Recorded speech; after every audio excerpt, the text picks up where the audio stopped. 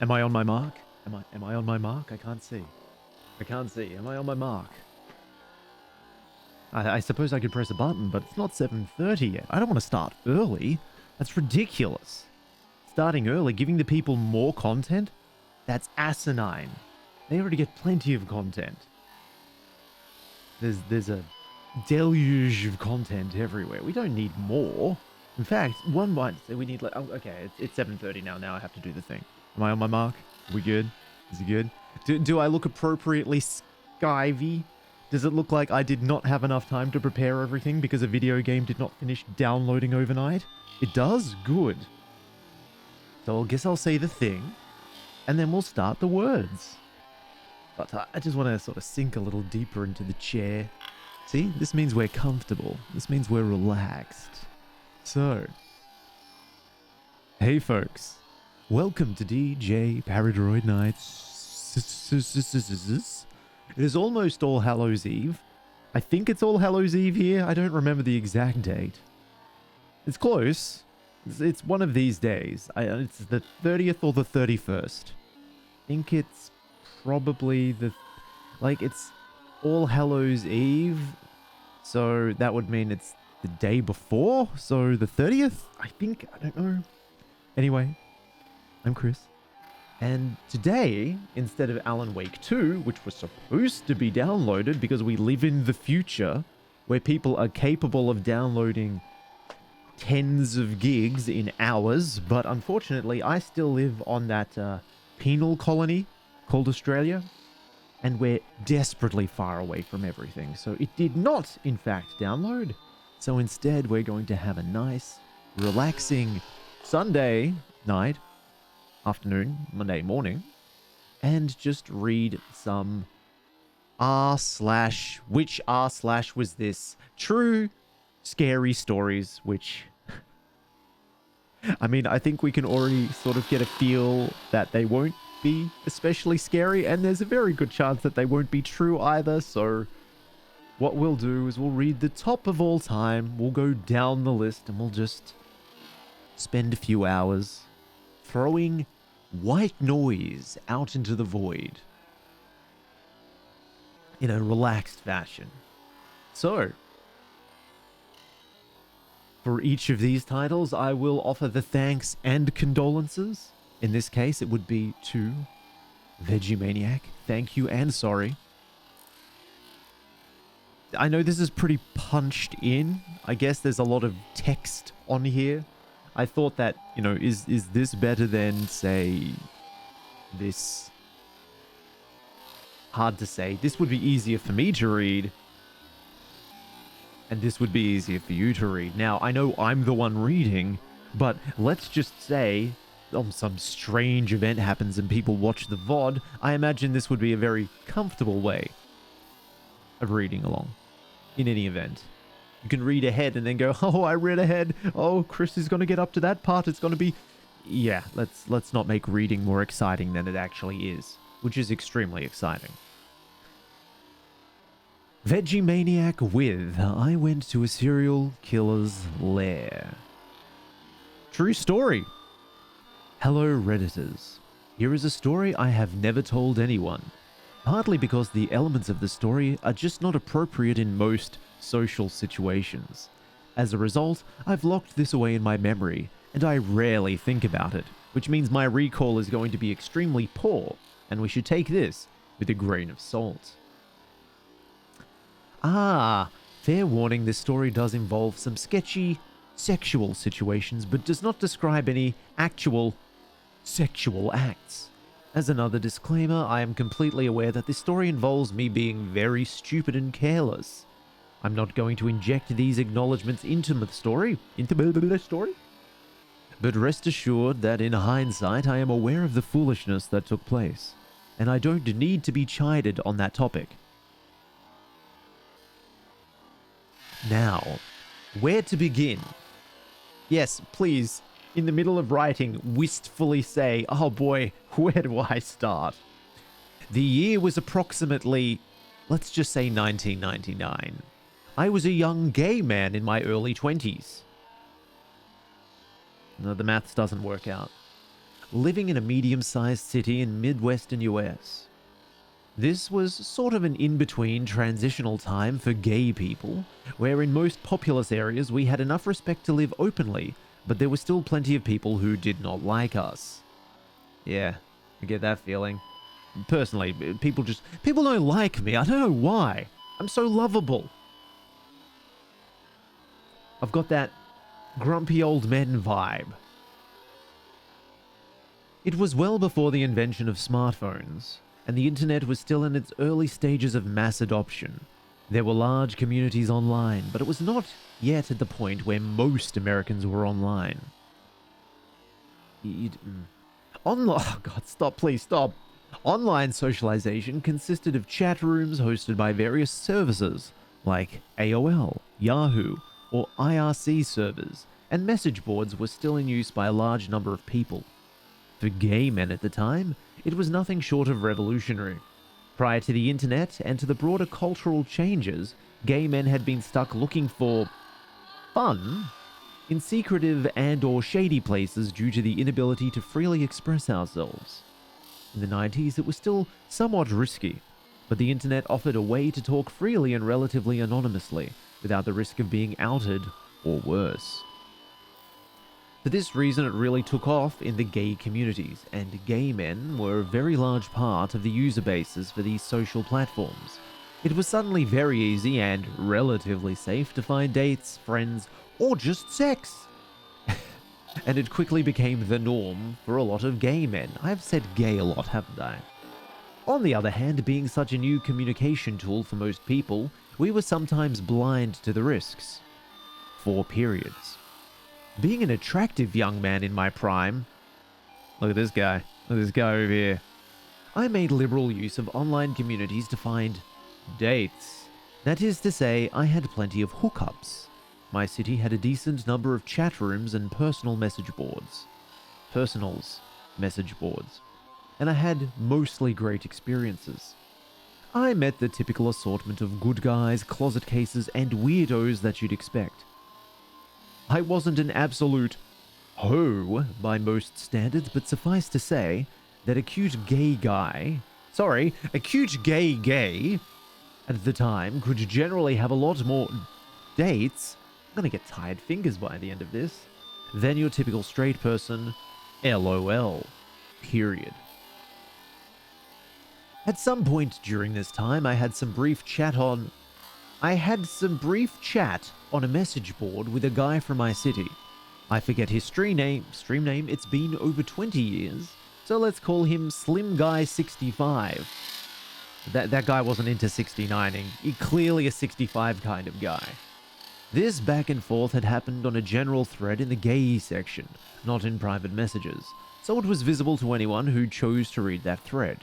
Nothing had come of it, but about a week later I received an email from an unrecognized address. The email basically said, "Hey, I'm not gay and I don't agree with the gay lifestyle. I'm here because my friend met this Slim Guy 65 person from this message board, and the guy really hurt him. I don't want this to happen to anyone else. My friend tried to tell the police, but they wouldn't do anything. I see you were talking to Slim Guy 65, so just be careful and stay away from him." Okay, that's strange. One might even say that's odd. But what does this person mean by really hurt him? Ow. I didn't really want to mention this, but I have a broken finger, and I'd really prefer not to keep having to make, like, can I use, like, do I use these fingers for quotation marks? Ow, even that. You know what? Maybe I'll skip the quotation marks. It seems a little facetious, really. Was his heart broken? Did he get beaten up or verbally abused, or what? I responded to the email asking for clarification on what exactly happened. I never received a response. I was slightly weirded out by it, but on the other hand, it's an anonymous email from someone who doesn't respond and is vague about their warning. This could be anything. It could be some disgruntled ex trying to mess with the guy. It could be a real warning about someone gay bashing. It could be someone trolling who doesn't have anything to do with anyone. I kept it in the back of my mind, but pretty much shrugged it off. Sorry, I saw D Asterisk, asterisk, asterisk. And then I saw the rest of the sentence. Several weeks later, I had a weekday off and decided to take to the internet to fish for some dick. Charming, as was my custom. Lo and behold, I had an email response to a personal ad. It was Slim Guy 65. He was offering to meet at his place to hang out and just have a good time. Wink wink, nudge nudge. I won't go into details, and as I recall, there weren't really many details discussed other than the small talk and intros we'd done previously. Nothing about this guy was really sounding interesting to me, but I had no other offers on this day, so I decided why not. I'll go see what this dude is about. But I'm not a hoe, guys. I'm not a hoe. I'm just trawling for some penis. Please don't take that out of context. Trawling seems to be a really inefficient way of finding genitals. Woo! As I typed my reply, I suddenly remembered the strange email I'd received warning about this person. I went back to reread it. Still vague. Still presenting more questions and no answers. Should I take this anonymous warning at face value and just ignore SG65? 3 periods. 4. 5. 4. 3. I decided to go check him out anyway. His address was on a rather busy street in the middle of a dense residential area. Not some shack out in the woods. And I can handle myself. If he's weird, I can just F out of there. Before long, I arrived at the house at the agreed time. It was a duplex-style house with one apartment on the ground floor and one on the second floor, part of a row of several identical duplexes. It was the middle of the afternoon, and there was plenty of traffic on the street and the occasional person out on their porch or in their backyard. I pulled up the driveway to the parking area behind the house, got out, and knocked on the door. The guy that answered was pretty normal.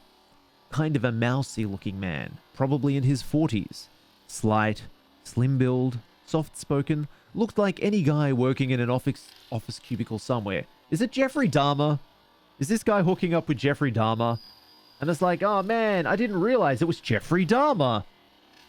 That's the punchline, it was Jeffrey Dahmer. He had glasses, he looked nervous, he asked if I liked ice pick lobotomies. Okay. Not really my type, but honestly my curiosity was piqued, and I had nothing better to do, so I stepped inside to take a look around and gauge the situation, with the warning email fresh in my mind. I stepped into the back door. No, you're supposed to wait until you get inside to... Oh, he meant he entered the building. Into the kitchen.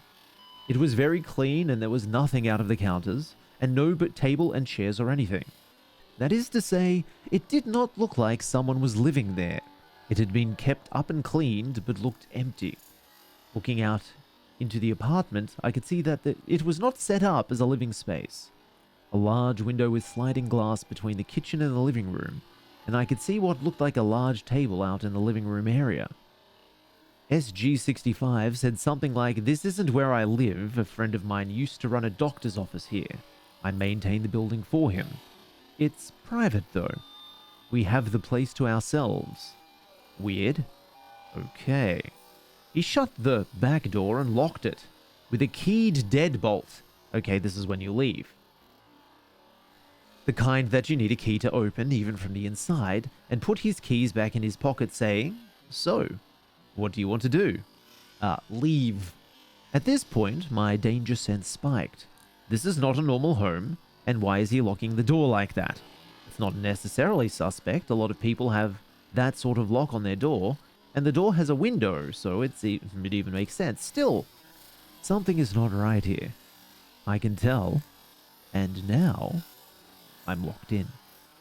I asked him why he was locking the door like that, which immediately flustered him. He was looking rather nervous, and his voice was a little wavery and halting. Not quite stuttering, but almost. He said, well, we don't want someone to come in and interrupt us, right?" Flashing a weak, unconvincing smile. His demeanor and body language were all I needed to confirm that this guy was up to no good, or at least there was something he was hiding. However, I could tell that I was intimidating him. I was not a particularly muscular kid, but I have a larger frame. Like, even when I'm at my very thinnest, I still wear size L tops and a 36 waist pants, so I look big, which people tend to interpret as me being stronger than I really am.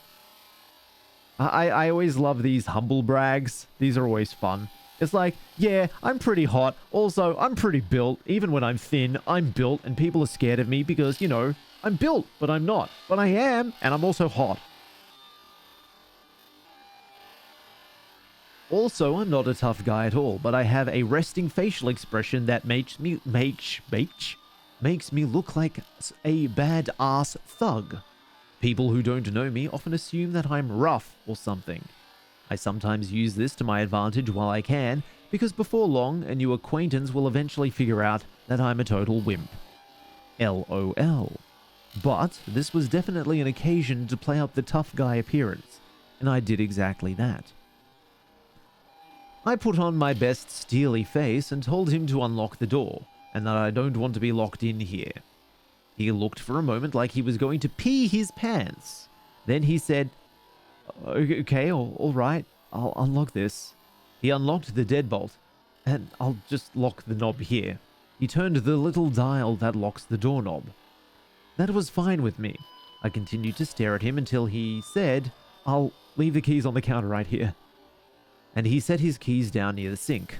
I was relatively satisfied with that answer. At this point, though, my adrenaline was flowing. I was almost in full fight or flight mode, and I was kind of stuck in place. The guy was between me and the door. I was freaked out, but this little weasel did not appear to pose any immediate physical threat to me.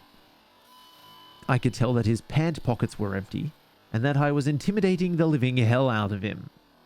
I don't know, well, which is to say, I didn't know exactly what to do yet. Now keep in mind, despite my wordy descriptions, this all happened very quickly, without any really long pauses. It only had been maybe 1 or 2 minutes since I stepped into the door. This all happened at the pace of a conversation. The guy was obviously nervous and trying not to appear so. He said, "Well, let's go in," and walked a wide path around me through the kitchen into what would normally be the living room, and toward the hall to the right from there. I was familiar with this floor layout. It is very common in this area. The hallway would lead to 2 small bedrooms, with a bathroom in between them. I hesitated, thinking I should just walk out the back door and take off. But really, now I was super curious.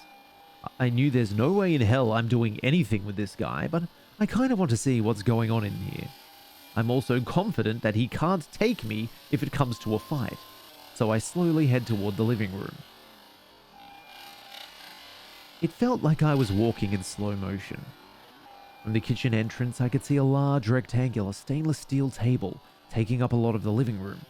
I remember thinking this looks like a surgical table. It looked like it could rise and tilt, and it had a recessed channel running all the way around the edge. In hindsight, I now know what it was. It was 100% a mortician's table. Dude had a mortician's table in there. But at the time I thought it looked like a medical table of some sort.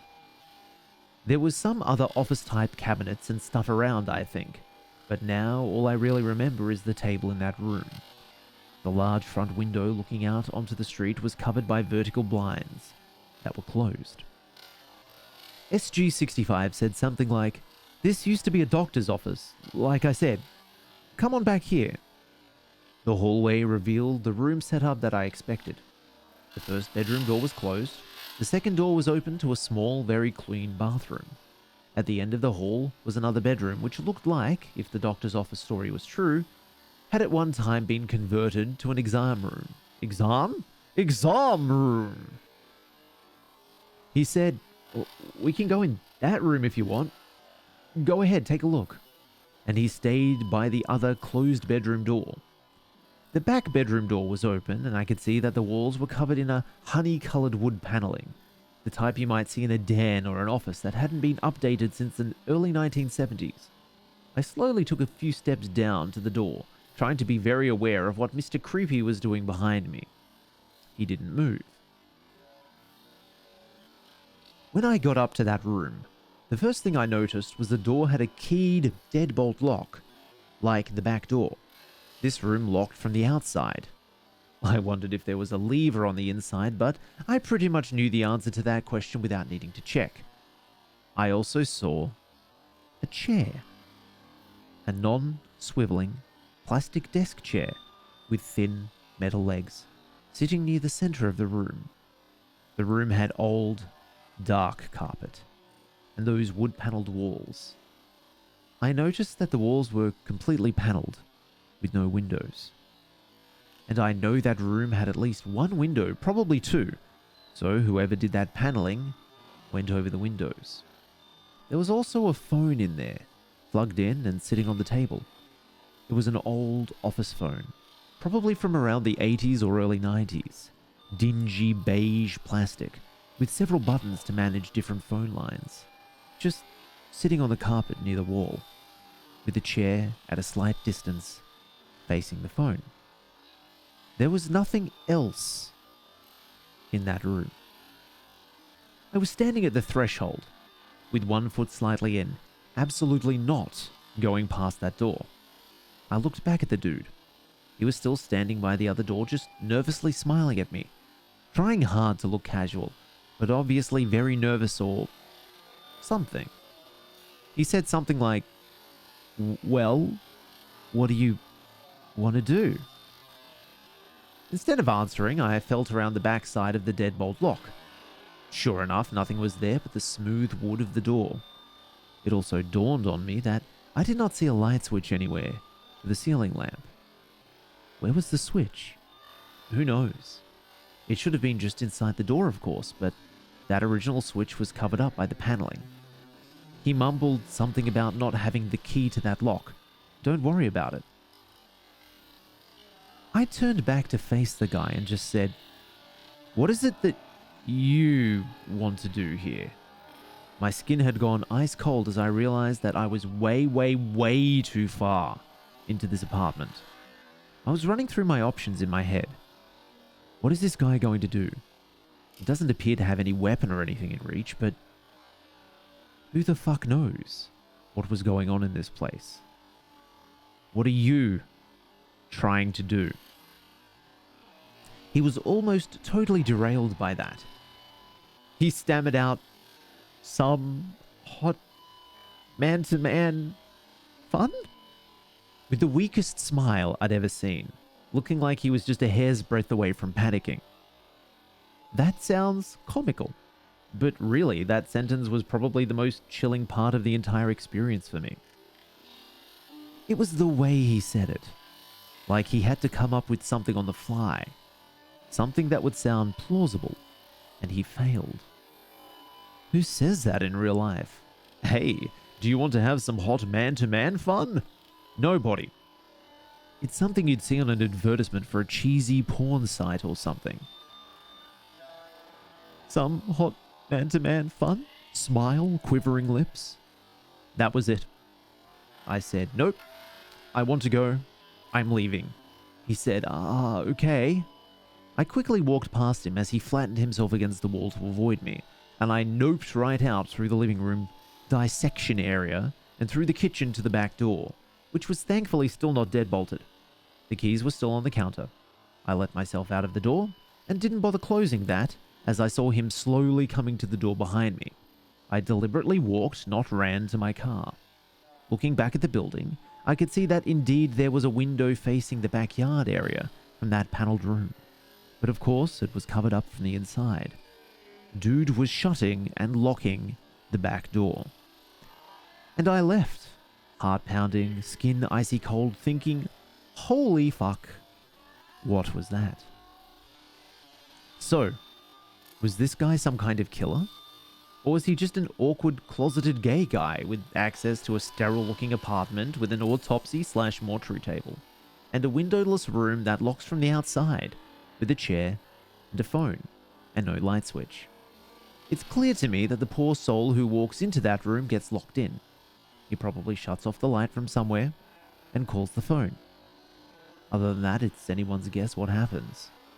I assume the friend of the judgmental person who emailed me must have been some kid that got locked in for whatever game ensues. Driving home. At first I thought, of course I have to call the police and tell them what's in that place. But, thinking it through, I realized I didn't really have any crime to tell them about. I went to meet a man for casual sex and what? He has a room with a chair in it? He has, as I thought at the time, an exam table? The police aren't going to do anything with that story. The guy didn't touch me or do anything to me, and I left. I considered calling an anonymous tip line, but then again, what exactly would I report? There was no actionable crime. Also, keep in mind that at the time, while the local police in the city were pretty decent, they weren't especially interested in getting involved with helping the homosexuals.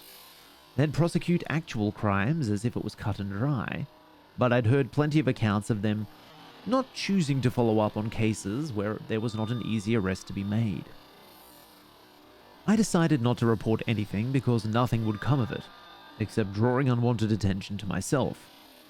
Even in retrospect, I think that was probably the most rational choice to make. If this happened today in 2020, the law enforcement would probably be a lot more interested in it. But back then, not so much. So, live and learn. I still drove past that house once in a while in the normal course of life for several years, and I'd pay attention to how it looked. The vertical blinds were closed for maybe 5 or 6 years whenever I went past. Then, eventually the blinds were down, and there were decorative curtains in the window, so I assumed the place was eventually sold to someone who actually lived in it. Around 2002, maybe 2003, there was a murder of a young man on the news. He'd been found in the next state, which borders on my city, so not very far. I recognized the guy from the gay community, but didn't know him personally. A friend mentioned to me something about the local serial killer. I said, "What?" He explained that a few young men had gone missing over the past year, each after being at one specific dive bar, and each being found several miles to the north, past the state line, and out in the country. The case on the news matched up with that MO. My friend told me the young guy had been at the bar and left with someone the night he disappeared. The news report didn't mention anything about a gay bar or similar recent cases, of course. I had to wonder if my acquaintance from the internet had anything to do with it. The location of the murders, apparently, was nowhere near the duplex. At least according to the story, I was told. I never heard of a resolution to that murder on the news, or any official mention of a suspected serial killer, other than some gossip. So, that happened. Well, allegedly. Okay. Now, to temper one's expectations, please realize that was the highest rated story on this Reddit. I make no apologies. None. Next story. Thanks and apologies go out to Bappo the Mighty with their story, We Got Lost in a Forest. And it was one of the strangest experiences, capitalized, of my life. Okay, you ready? Are you ready? Have you girded your loins? Is the spooky background noise putting you in the mood? Okay, let's begin. The following is a story that took place quite a few years back now. However, it still baffles me completely, and I'd like to share it here. I'm a teenager, and I've been in scouting/Boy Scouts for nearly all of my life, and I really enjoy exploring with my friends and being trusted more as I'm older now. A few years ago, me and two girls named Amy and Harriet were asked to head into the woods surrounding our campsite to find a long, straight stick suitable for carving into a point. Bear in mind that I was a lot younger back then. Harriet was older and Amy only 1 year older than myself. We had been walking in deliberately the same direction as to not get lost, and memorizing the surroundings as we went in order to find our way back easily. About 15 minutes in, we couldn't find anything to take back, so we turned around and returned to the campsite. That's the initial panic set in. The trees had almost unnaturally knitted themselves together in such a way that it seemed our path was non-existent in the first place. Like it had just vanished. We looked around 360 degrees and now everything looked exactly the same. Trees we could have sworn were different from one another appeared as all copies of the same tree. We kept walking in what we thought would be the correct direction, whilst shouting out for help, and eventually came to a concrete path, almost like a road, but very thin, separating the forest, splitting it into two. We didn't follow the road, as it went in the wrong direction to our campsite. Okay. They have a very interesting decision of when to use and not to use apostrophes. On the other side of the path was more forest. However, nearby was an abandoned shack, likely used for storage or whatever else. We had no idea anything like this was out here in these woods, so we just kept walking. We eventually came to a road we didn't recognize. A woman wearing a pink and purple regatta outdoors coat walked past, and we frantically asked her for the direction of our campsite, as by now, according to our watches and Harriet's phone... Wait, she has a phone? She has a phone. So she probably has GPS on that phone. I guess it depends on when it was. I guess it could be a Nokia. It could be a Nokia, but if it's a smartphone, this scout hasn't made very smart decisions. Let's give them the benefit of the doubt and say that it's a Nokia clam phone from the 1990s and they're incapable of pulling up any useful information.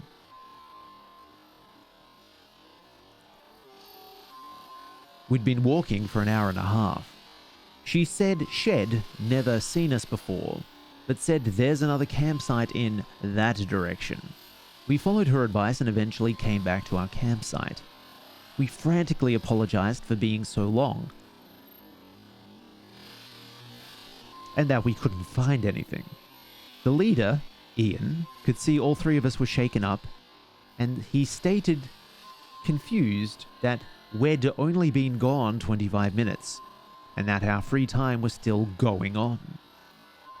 To this day, it baffles all three of us, as our free time was 40 minutes long, and our watches and phones had said we'd been gone for hours. The forest we were lost in felt crushing and claustrophobic, like we'd entered an area that the concept of time didn't apply to.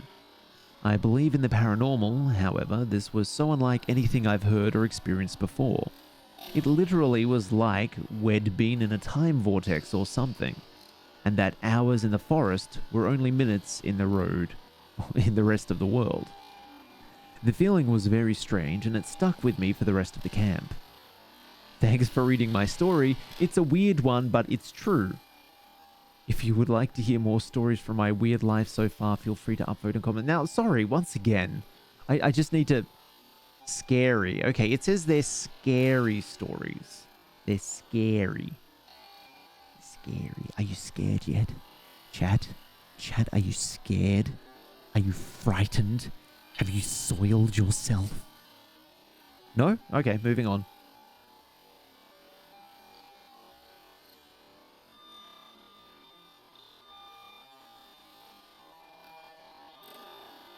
Thank you and apologies to Revenant 10-Space 15 for your tale of terror, your story of scares, and then I looked up. Let's begin. You know what? I don't think I like it punched in this far. I keep making stupid errors. So do we prefer it like this? Oh wow, it just... okay. We might go for this. This looks terrible, but okay. It's still legible. If you're reading it on a phone, you're not going to be able to read anything anyway. I'm sure I'm nestled there on the cushion beside you as you close your eyes, and you're totally not terrified by any of these stories, and the relaxing, soothing timbre of my voice lulls you to a sleep. To sleep but to dream of a frightening story. Maybe this time. This person is a police officer, so maybe there will be something terrifying. Let us begin.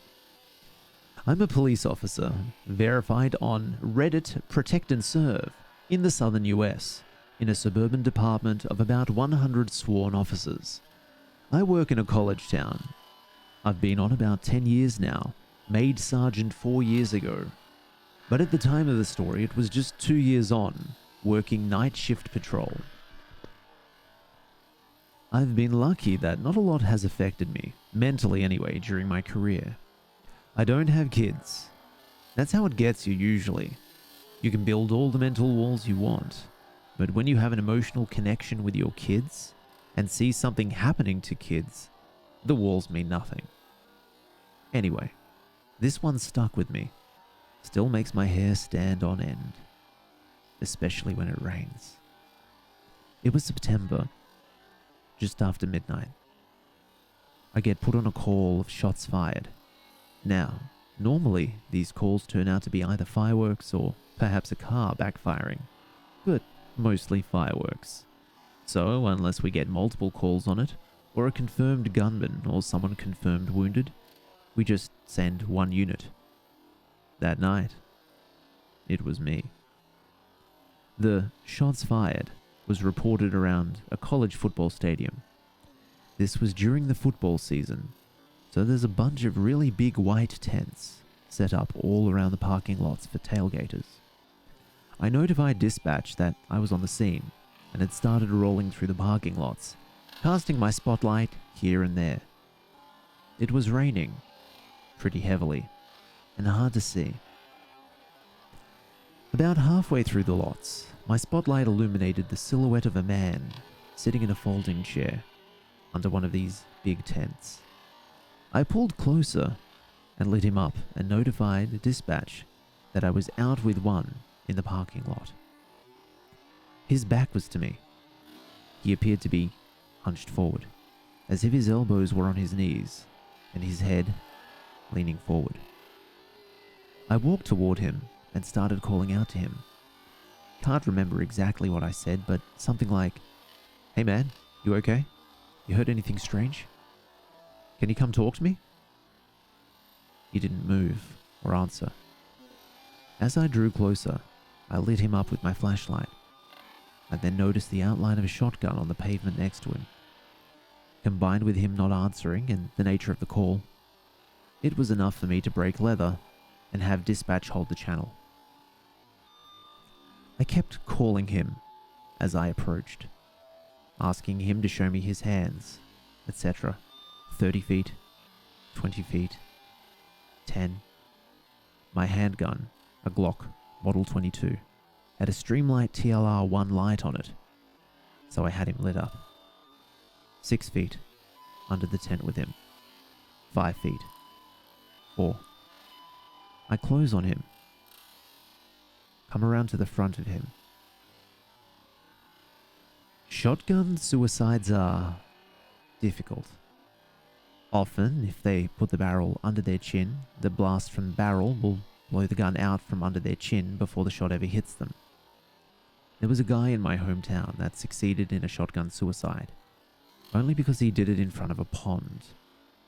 Put the barrel under his chin, pulled the trigger. Only managed to blow his face off. Coroner said he probably ran around screaming through the hole that used to be his mouth before he drowned in the pond. This guy succeeded. Blew his head clean off. You do this job long enough, you notice funny little details. His elbows were indeed resting on his knees. It was as though he blew his head off, set the shotgun on the ground next to him, and then leaned forward and rested his elbows on his knees to think about what he'd done. About that time, I noticed that even though I was under the tent with him, it felt like it was still raining. And then I looked up.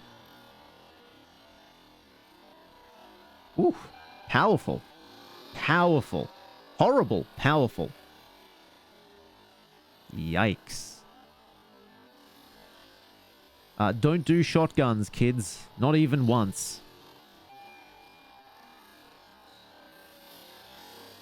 How is that not the top one?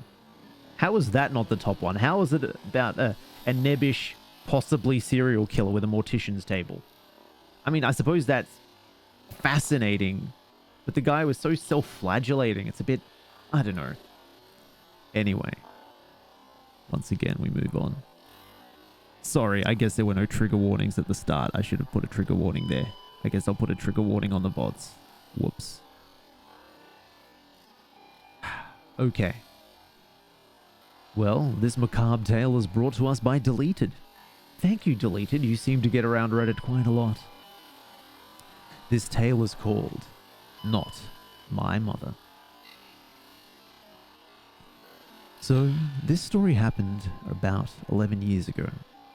I was a senior in high school at the time, but it is the single most mind-boggling thing that I've ever experienced. And lucky for me, this Reddit is r/true mind-boggling stories. It's also important to note that it happened in mid-December. I'm from Iowa, and the winters here get cold at night. Like, if you get stuck outside, you will die kind of cold. That plus the snowfall makes everything dead silent. You can hear anything and everything inside the house, and even immediately outside of it. Well, me and my best friend were hanging out in my family's walkout basement, just having a boring winter night playing video games. We were also the only ones home. The reason it was just us is because my mother went from work straight to a bar to grab a few drinks with co-workers. So me and my friend thought it would be a good idea to break into the family wine and live a little. As we were sitting there, opening up the first bottle, I hear the door to the garage open and slam shut.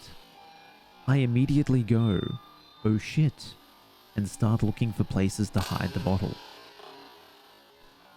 My friend then say is, I thought you said your mom was supposed to be out all night. She was, I replied. Then I heard a few heavy stomps and hear my mother yell out, meow sandboo. Anyone home?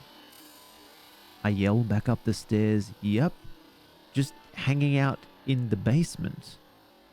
I can hear a few more steps move from the garage door toward the stairs, and she yells out, can you come help me with something? I need you up here. I reply back while frantically trying to find a good place to hide the wine bottle. Yep, just give me a minute. Then there was silence for about 20 seconds. Anyone down there with you? She yelled back in a more concerned, serious tone. In a tone that was slightly off from my mother's. This was the first thing that told me something wasn't right. Our family never cared if anyone was over, as our house was a very open house to all family and friends. And the voice, it was just wrong. Like it sounded like my mother's, but it was missing something that I couldn't out my finger on. Weirded out, I reply back, just Colton. After I yelled that back to her, I found a good place to hide the bottle and began walking up the steps to the next level.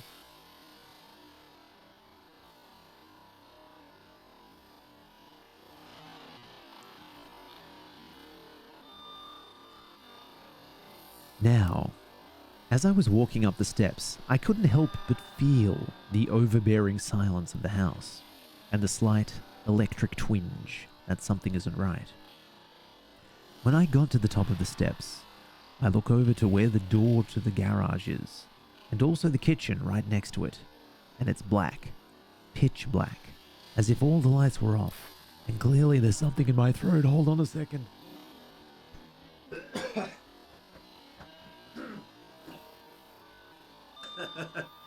Ooh. Let me swap this out. Let me make it change. So,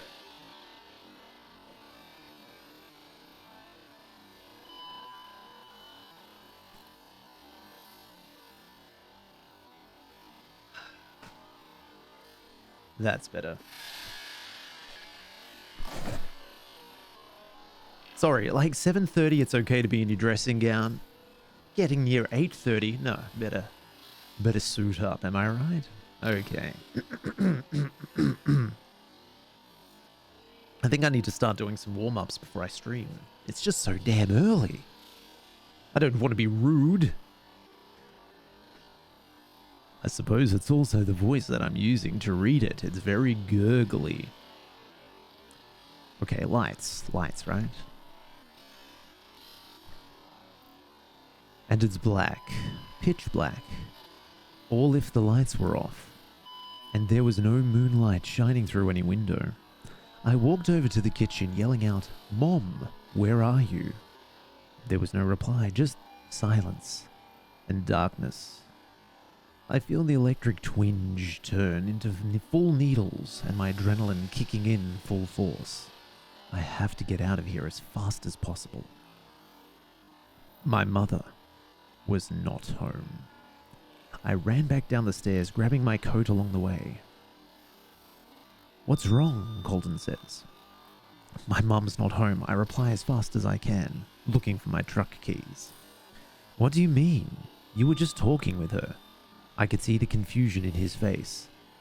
"There's no one home. We need to leave now." I took a few steps towards the back door that opens up to the yard, and then I see my dog shaking on the couch and my cat growling behind it. I couldn't leave them. I just knew that if we left, something would happen. "Are we leaving?" Colton said, still confused as hell. "No, I can't leave them there alone. Something is really off. I'm going to call my mom and figure this out." I pull out my phone and call my mom. She picks up immediately. "Meow Zanbu, what's going on?" "Oh, I assume that's the name. That's the username, right? That's the username of the deleted account that we don't have anymore." I thought maybe this is some strange Midwestern greeting that I wasn't aware of because I'm a filthy foreigner, but apparently no. Using context clues, I believe that to be the username's name. Thanks and apologies, Meows and Boo. Can't get my microphone right. "What's going on?" she answers. "Mum, were you just home? I heard you yelling for me from the second level, and when I went up, you weren't there," I said frantically, hoping that she was playing a joke. "No, I'm just leaving the bar. I wasn't feeling well. Are you okay?" "What do you mean you heard me?" I fill her in on the whole story and she rushes home. Colton and I stayed in the basement with the animals until she got home. But before she did, you could hear something upstairs. Not walking or sitting on things, but a pressure in the air, like a black hole slowly moving from one room to the next. And the word that I would instinctively describe it is hungry. When she got home, you could feel the thing just leave as quick as it came, like an overbearing predatory presence had just flown away. We still have never figured out what the hell was going on, and this is just one story of many unexplainable things that have happened to us. But this is the easiest to write down, and the one that I was happy to have a witness. My mother has passed away now, and I have moved away from Arizona. But whenever I go back to Iowa and I see Colton, he still gets creeped out by what had happened. I will never truly know what happened, but I know that whatever it was that had my mother's voice, it was evil and it was hungry. Yay! I mean, that's the human condition, isn't it? We're all a little evil and hungry. And if we haven't eaten enough, we're definitely evil. Okay, next. Yet another deleted. Wow, they really get around, don't they? Thank you and apologies deleted. This Tale of Terror. This Monologue of the Macabre is called Traumatizing Night Shift True Story. You know what? I feel like I need a couch. I need like a Chesterfield or something that I can sit in and just sort of recline. Maybe have a pipe.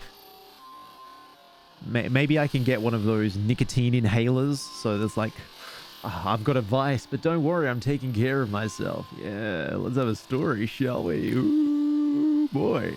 Okay. Never mind. Traumatizing Night Shift True Story. Let's begin. This is probably the creepiest, most unexplainable thing that has ever happened to me. I used to work overnight as a security guard at the local port. Usually, none of the port workers would stay overnight, except for the safety official. I wouldn't be on shift alone since the site had a radius of nearly 2 miles. What? Oh, okay. Overnight, usually there would be 3 guards, including me. Since the area was fairly big, there were different posts, but front gate was the main entrance area, where all of the guards would be stationed overnight, since there was no need to put them in the outer posts due to the fact that there was no activity in the site at this time. The veteran guards had been there for years would often say that the site was haunted, given the fact that there had been accidents and deaths that occurred in the area a long time ago. I was aware that people died there due to freak accidents, and I do believe in angels and demons, since I'm actually a religious person. But I always thought that the superiors were just messing with the new guys. I would work 5 to 6 nights out of the week, and for the first few weeks I never really saw nor heard anything out of the ordinary, except for maybe a few questionable creeks, which is to say rivers, and would see a few misplaced objects while doing my patrol rounds, but nothing too crazy. Also, considering I keep flubbing, is it really... It feels quite disingenuous of me to make fun of their spelling errors. But, once again, I am evil and hungry, so I suppose I'll continue to do so.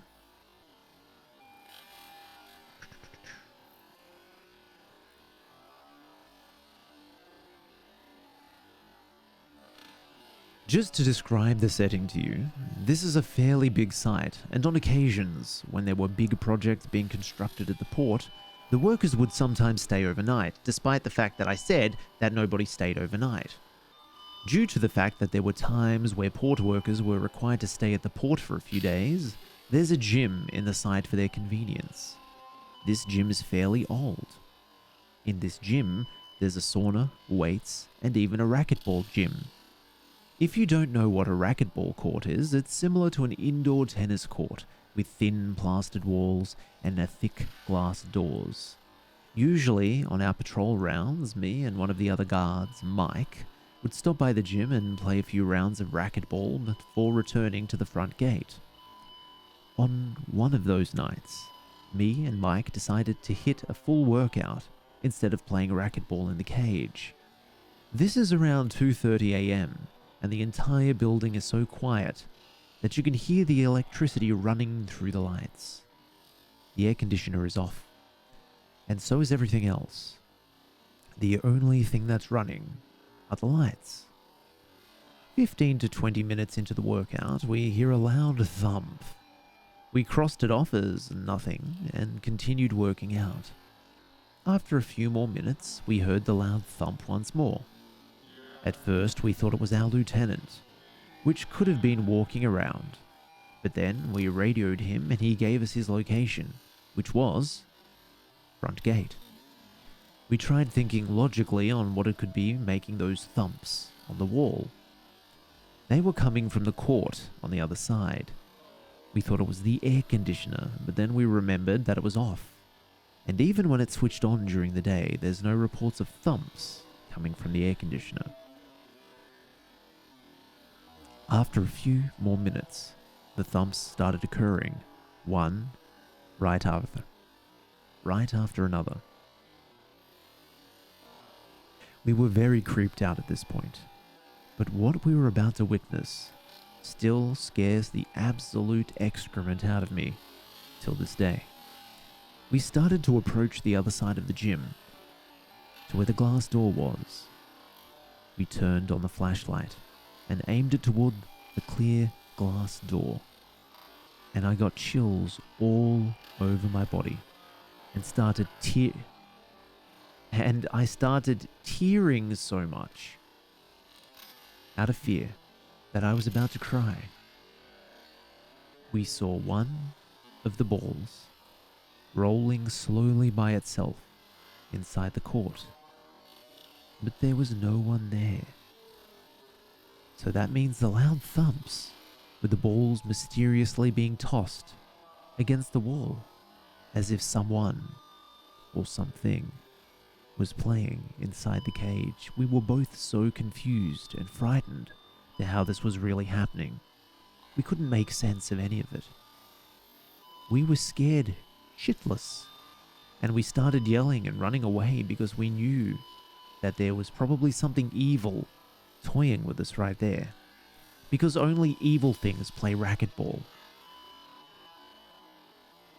As we sprinted full speed back to the front gate, the lieutenant saw us and asked us why we were tearing and running in a ridiculous manner. We told him what we witnessed, and his facial expression scared us even more. He then said, "That's why there's always guards that quit often. There's something evil in this area. And it's not the first time that something that bad has happened here." He then showed us security footage of dark figures and shadows literally passing through the office areas and lights mysteriously switching on and off. Till this day, I still get chills recounting my experience with my friends and family. I'm even getting chills right now as I'm typing this. I've never had a real encounter with the supernatural until that night. Many say that it was a demonic presence messing around. Others say it was a dead ghost of a person who died in the area. A dead ghost. That one's my B. Sorry. I don't know what it was, but I didn't last long in that job after that. There were other experiences, but I'll send it at a later time. You know, that's the most sensible thing to do. After two of your subordinates are clearly terrified, the best thing to do, and the first thing you should do, is scare them even more. Clearly. Clearly that's what you do. Because once again, we're people, and as people, we're evil and hungry.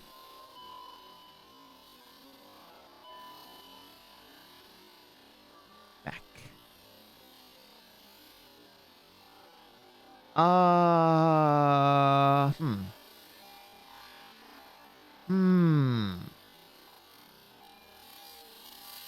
You know what? I'm gonna skip that one.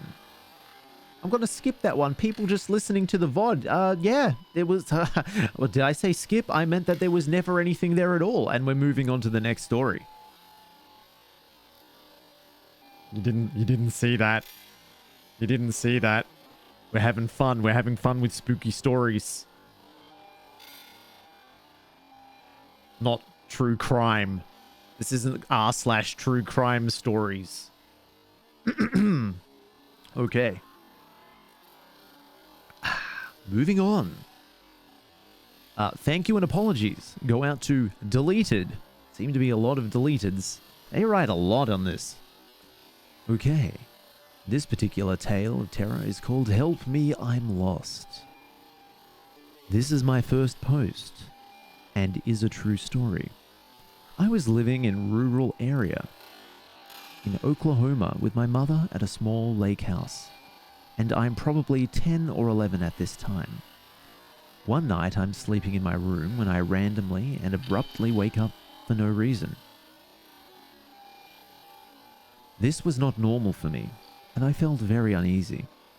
The only sound I could hear was my mother snoring in the next room on the couch.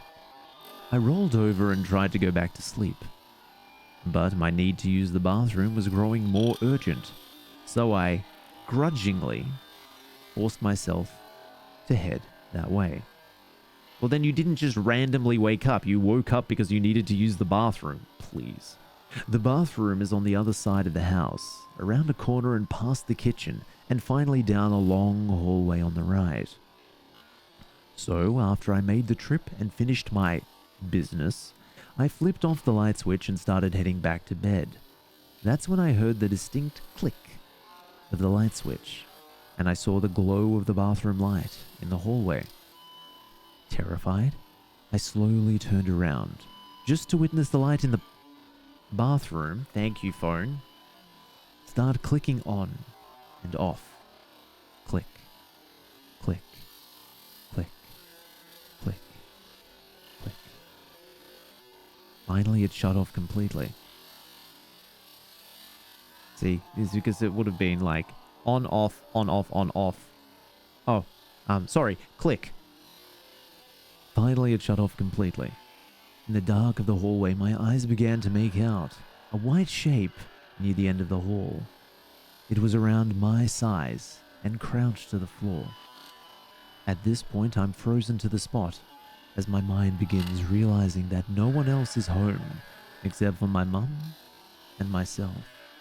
Then the white shape began whispering in a quiet man's voice. "Help me. I'm lost."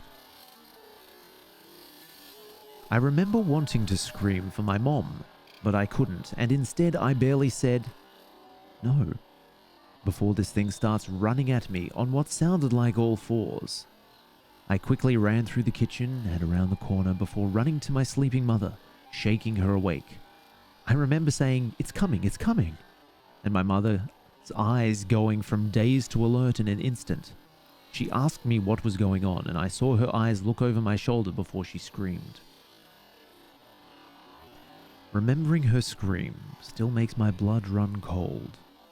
Never had I heard pure terror like that in my life, even to this day. She grabs me by the arms and pulls me into my room and slams the door. She holds me in her arms with her back pressed against the door as we listen. It sounded like the thing was running around the kitchen in circles. We could hear hands and feet slapping against the tile. The kitchen had a sliding glass door to the outside, which sounded like it was thrown open, then slammed. We were there, horrified, until daybreak. I was sent to my grandmother's in the next town for a while after that, and never stepped foot in the house again. Years later, my mother said she went walking around the property after the incident and came across a small burial site with 3 headstones that each belonged to children in the early 1900s. It freaks me out because what I heard that night was a man's voice, but it was so unnatural. My mom will still not tell me what she saw behind me and what it was that made her scream. She tells me she's afraid it will know we're talking about it and it will come back. This is the first of many weird things that have happened in my life. Once again, I need not stress that this particular forum is called True Scary Stories, not True Weird Stories, please. Less on the weird, more on the scary. I mean, what it sounds like is some naked homeless guy got into your house.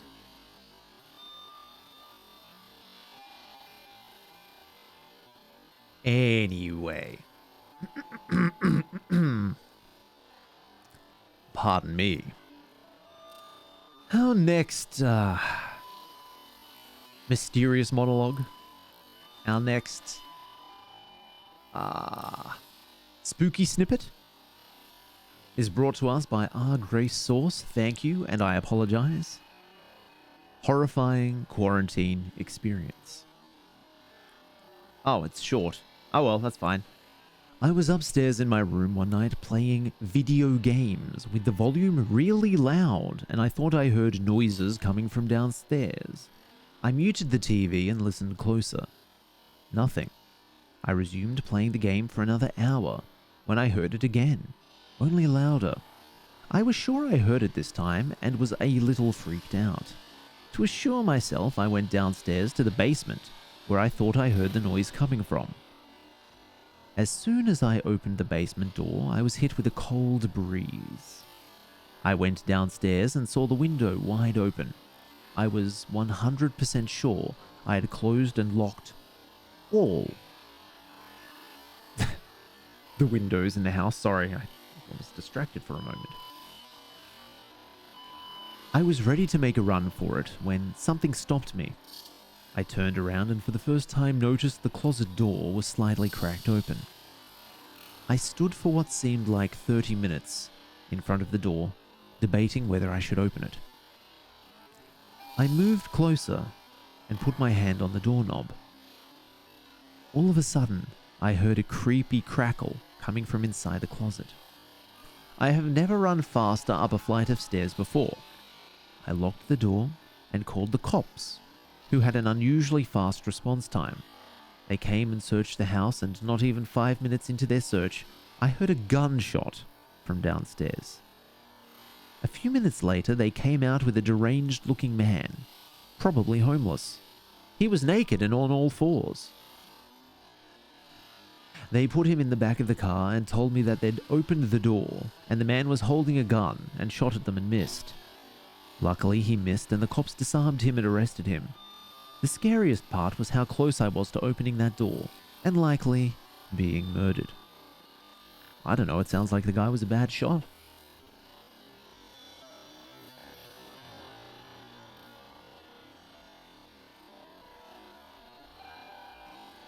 Our next monstrous monologue comes from Bappo the Mighty. Thank you, and I apologize. The story is called I'm a Graffiti Artist. This has never happened before. What, no one's ever been a graffiti artist? Never mind, let us begin. I'm a graffiti artist. Before you judge me and say I'm a bad person or whatever, hear me out. I work on pieces in my city, Birmingham, in the United Kingdom. So, graffiti artist, not a tagger. This happened a few weeks back. In the east side of the city, there's a canal. Canal? Canal. Not canal. There's a canal that runs through the city, which is naturally full of tags and graffiti pieces as it is pretty quiet. But certain parts of it are visible to the public. It isn't easy to get down into the canal, but me and my friend, who's also into graffiti art, stumbled across a hidden ladder in a rundown car park on the back streets of the east side. We climbed down and realized we could walk the whole length of the canals. The water was pretty high up on that day, so we had to be careful. After about 30 minutes, we had painted over old, ruined pieces of graffiti, created new tags, and just generally had a good time. That's when we noticed the man standing on the other side of the water. At first, we were startled, throwing our cans back into my backpack and getting ready to run. As we though, we were about to get caught. However, the man just stood there. For a long while, I stood watching him as he stared lifelessly at us. It was pretty unnerving. The guy had to be about 40 years old, with grey hair, but he was standing so abnormally. His legs parted evenly, and his arms parted from his body at his sides. He didn't move. He just stared. I looked at my friend, who I'll call Josh for this story, and he looked back at me. By the looks, unnerved. He decided to shout "Hey" at the man, and then, "You all right, buddy?" At first, I thought this was a bad idea, but I just let it happen to see the man's reaction. Nothing. He just stood there, like a mannequin. We were pretty shaken up. But we just said to walk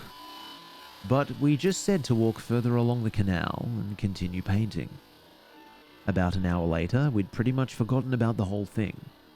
We was now down to our last 2 cans of paint, so we was about to call it a day, when I stepped back to see what we'd created.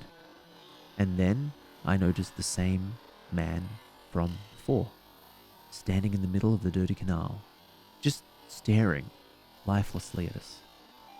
I was so surprised to see him that I dropped my can into the canal and turned to face Josh. He noticed the man too. The man took the first step we'd seen him take all day, towards us. We dropped the cans and sprinted across the path back to the ladder. We pretty much ran all the way back to the city centre, where we caught our breath and tried to figure out what the hell we just experienced. Well, I mean, what it sounds like you experienced was somebody who had a mental illness standing in the middle of a wet canal. Canal? Canal. Camp Coon. Oh, man.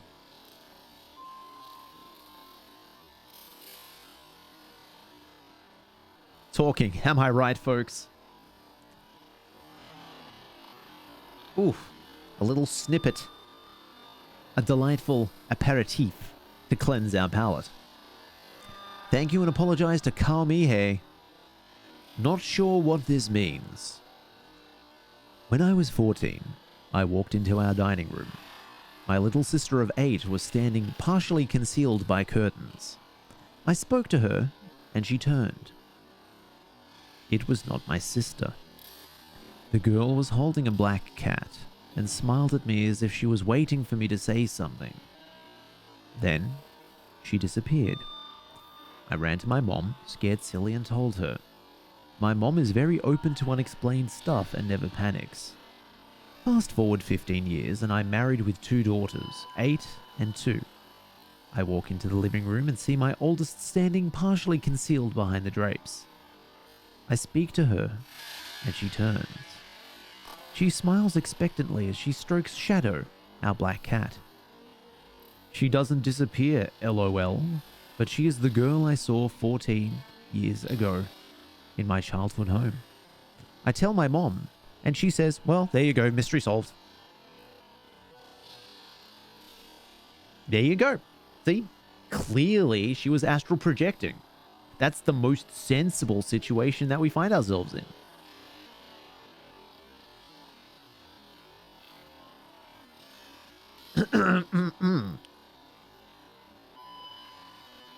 Okay, the next story is from Toddly Marks. Thank you and apologize. More weird stuff from rural multiple sclerosis. It's probably not multiple sclerosis. Medical service? I don't know. Multiple sclerosis. A couple of you guys liked my other post, so I'd really like to continue them if that's okay with the community. I just want to say firstly that a couple of these experiences can be a little far-fetched and may even seem like they came straight from a stupid creepypasta. I just want to be clear that I absolutely do not care about karma or becoming popular in any way. I honestly just like being able to share some of this stuff and getting feedback from other like-minded, curious people. So, as I've said before, I spent a lot of my... Oh, Massachusetts! Right? That's probably Massachusetts. No, it's clearly multiple sclerosis. So, as I've said before, I spent a lot of my childhood in the woodland forest, both behind and to the left of my grandparents' house. I wouldn't always go into them alone. In fact, more often than not, I had my younger cousin, we'll call him Ben, with me on my misadventures. One in particular really stands out to me. So, my Ben and I would most of the time just wander around the first mile of the forest and look for ponds, animal bones, weird fungi, normal boy stuff. Well, one year in school I got a backpack with a built-in compass on the top. It only really worked though if you set it flat on the ground, but hey, it was still a working compass, and that meant that we could go even further into the woods without fear of getting lost. So, one day Ben and I met in the middle of the levee and started our journey. We got about 3 or 4 miles in when we happened upon a clearing, which isn't necessarily uncommon, but this one was. First thing we noticed was that it was a nearly perfect rectangle, save for one corner that was kind of dented in from the trees, and about the size of half a football field. The next thing we noticed was the grass. It was completely different there, like that thick, super dark green grass you see on people's lawns, not the thin, scraggly stuff that grew everywhere else, or even the kind some people purposefully grew to attract deer to hunt. I asked my cousin if he knew anybody that lived out this far, thinking it might have been someone's hunting ground or backyard or something. He wasn't stupid tongue. He wasn't sure, so we walked the entire perimeter to try to find the trail or back road. There was nothing like that, just the same thorns and bushes, like from where we stumbled from. It was like the whole field was just dropped there. Now, if you've been in the woods long enough, you know that a patch of grass both longer and brighter than the rest is usually a result of a lot of excrement or dead carcasses. Well, in the near center of the field, there was indeed a patch of grass, both longer and brighter. We investigated and found it was the latter. At least, what was left of it. A long spine, with no ribs or skull, sat in the middle of the patch. My guess is it was a cow or horse, seeing how both are prevalent in the farmlands. The odd thing about it was that the spine was completely straight. No curve, no slouch, just flat and straight. We decided we were more creeped than curious at this point and wanted to head home. I knew which direction we came from, but was so excited to use the compass, so I set it on the ground. 3 things struck me almost simultaneously. First, the spine was pointing the exact direction we came from. Secondly, I couldn't hear a single bird, squirrel, or insect. The third was my compass had a crack down the middle. I don't know if you have seen the backpack I'm talking about, but the glass part of the compass is super thick. It would have taken a hammer and determination to crack it. But much more than just a simple walk through the woods. Being the big brave cousin I was, I decided not to mention it to Ben, seeing as how he was already a bedwetter. I slung on my backpack with confidence and headed toward home. The next few years we decided on several occasions to make the journey back out there. Only problem is, we never found it again. We met at the same place every time, headed in the same direction, and walked what we always felt was more than the same distance. We never once found that clearing again. My brother told me about how him and my other cousin, older brother of Ben, that the same thing happened to them, but with a lean-to of broken glass and a bungee cord. I've read up on some stories of people out west finding towns in the desert and never being able to find them again, even though they took the exact same roads. I can only assume we experienced the same phenomenon. Not necessarily scary, but fascinating nonetheless. I'd love to hear any of y'all's experience about the same happening to you. Well, I mean, it's pretty simple, right? Like, if you're walking for an extended distance in a particular direction, if you're half a degree off, you're going to miss it, especially in a wooded area. There's nothing surprising about that, right? Like, has anybody been at 10-pinned bowling? You do the 10-pinned bowling and you're slightly off on your release and the ball goes in the gutter. You multiply that by like 45 minutes of tracking through a forest. There's a very good chance you're not going to go back to the same creepy rectangular clearing with bone in. That's just simple maths. Home Alone with my old dog. Oh my god, it's Macaulay Culkin. The next tale is from 1317. Thank you and apologize. And apologies? Sorry, it's spelled the same. Let's not. Ah, this particular tale is called Home Alone with My Old Dog. Let us begin. Although it doesn't seem like it, this happened quite a while back. Probably over 10 years ago. I was in the later years of high school and was Macaulay Culkin. My parents were at a wedding that required them to stay at a hotel, and my brother worked the night shift. At that time, my family lived in a very well-known East Coast city in a blue-collar neighborhood that was starting to take a nosedive. As a teenager, I was a bit of a loner. I wasn't a nerd or anything. I was a big dude who had friends and went on dates. Why do people feel the need to protect their masculinity every time they write a story like this? The first story was like, I was a gay dude, but I was pretty stacked and built and cute. And this guy's like, I was a loner, but I wasn't a nerd. I like boned people and had friends. Come on. Come on, guys. Cut it out. But I'm a natural introvert, so I cherished the rare alone time that I got. This weekend, I was looking forward to engaging in my normal empty house routine. Play some PlayStation on the big screen TV, then order a late take-out dinner, pizza or Chinese, and pig out while watching some Dragon Ball Z, but I wasn't a nerd. Then around 2 a.m, fall asleep on the couch with my old dog Cecil.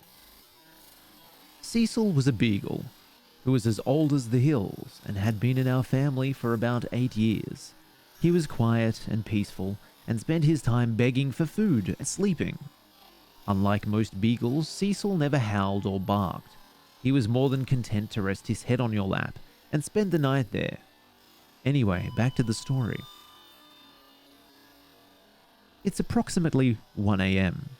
I had just finished the last slice of pizza and was dozing off on the couch when I hear a bang coming from the back alleyway. I didn't think much of it. Anyone who has lived in a city knows noises happen at all moments of the night.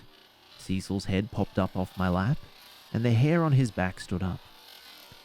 He was always a bit skittish, so I calmed home down and started dozing off again. No more than 2 minutes later, I hear another bang, and Cecil did something I never seen him do before. He leapt off the couch and ran like the wind toward the door leading to the basement, barking and growling like a dog twice his size. The look on his face reminded me of German Shepherd Canine Unit. I'd never seen him like that before, which got my adrenaline pumping. Though the dog's barking, I can now make out a persistent banging. There was a seldom used door in the basement that led out our back alley. It was old and rusted and was hard to open, even with a key, and it made a lot of noise. I suddenly realized that someone was trying to break into my home through my basement door. Quick little bit of context for anyone who hasn't lived in a bad neighborhood. If someone tries to get into your house and moves on after they realize the door is locked, they want your stuff. If someone is persistently trying to get into your house despite the door being locked, well, they want you. Knowing this, I rush upstairs to grab the heavy wood baseball bat that I keep under my bed for situations like this. I also rigged up some paint cans on the stairs, and I also put a blowtorch to the handle of the door so that when the person who wanted to assault me tried to open it, they'd burn their hands and fall back in a comical fashion.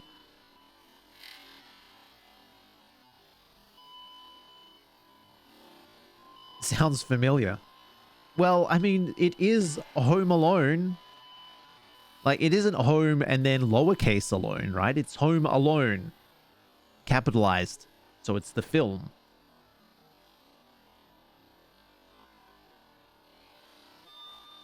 Da-da-da-da-dee-da-da-dee-da-doo. Okay.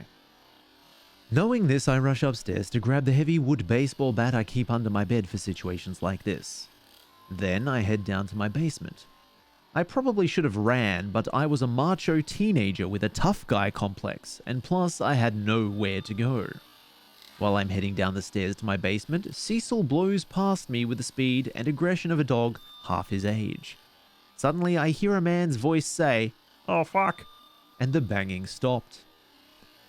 I didn't call the cops or anyone else, which was probably the dumbest thing I'd ever done. I just sat up for the rest of the night with a bat in hand. My brother came home that morning and I told him what had happened. We went to the basement door to take a look, and when we gave it a tug to open it, the whole door fell off. This psycho was one good shove away from getting into my house, but old Cecil scared him off. I'm pretty sure that lazy fat old dog saved my life. Wow! Wow, dude. That dog saved your life. Go a little easy on it. I mean, it's dead. If it was 8 years old, it's probably been dead for like a decade at this point, but whatever. When I tell this story to people, they dismiss his actions as a dog doing what a dog was supposed to do. But when I tell you that Cecil never barked or moved that fast in his life, you can take that to the bank. It was almost like he knew the urgency, like he knew that door was gonna give.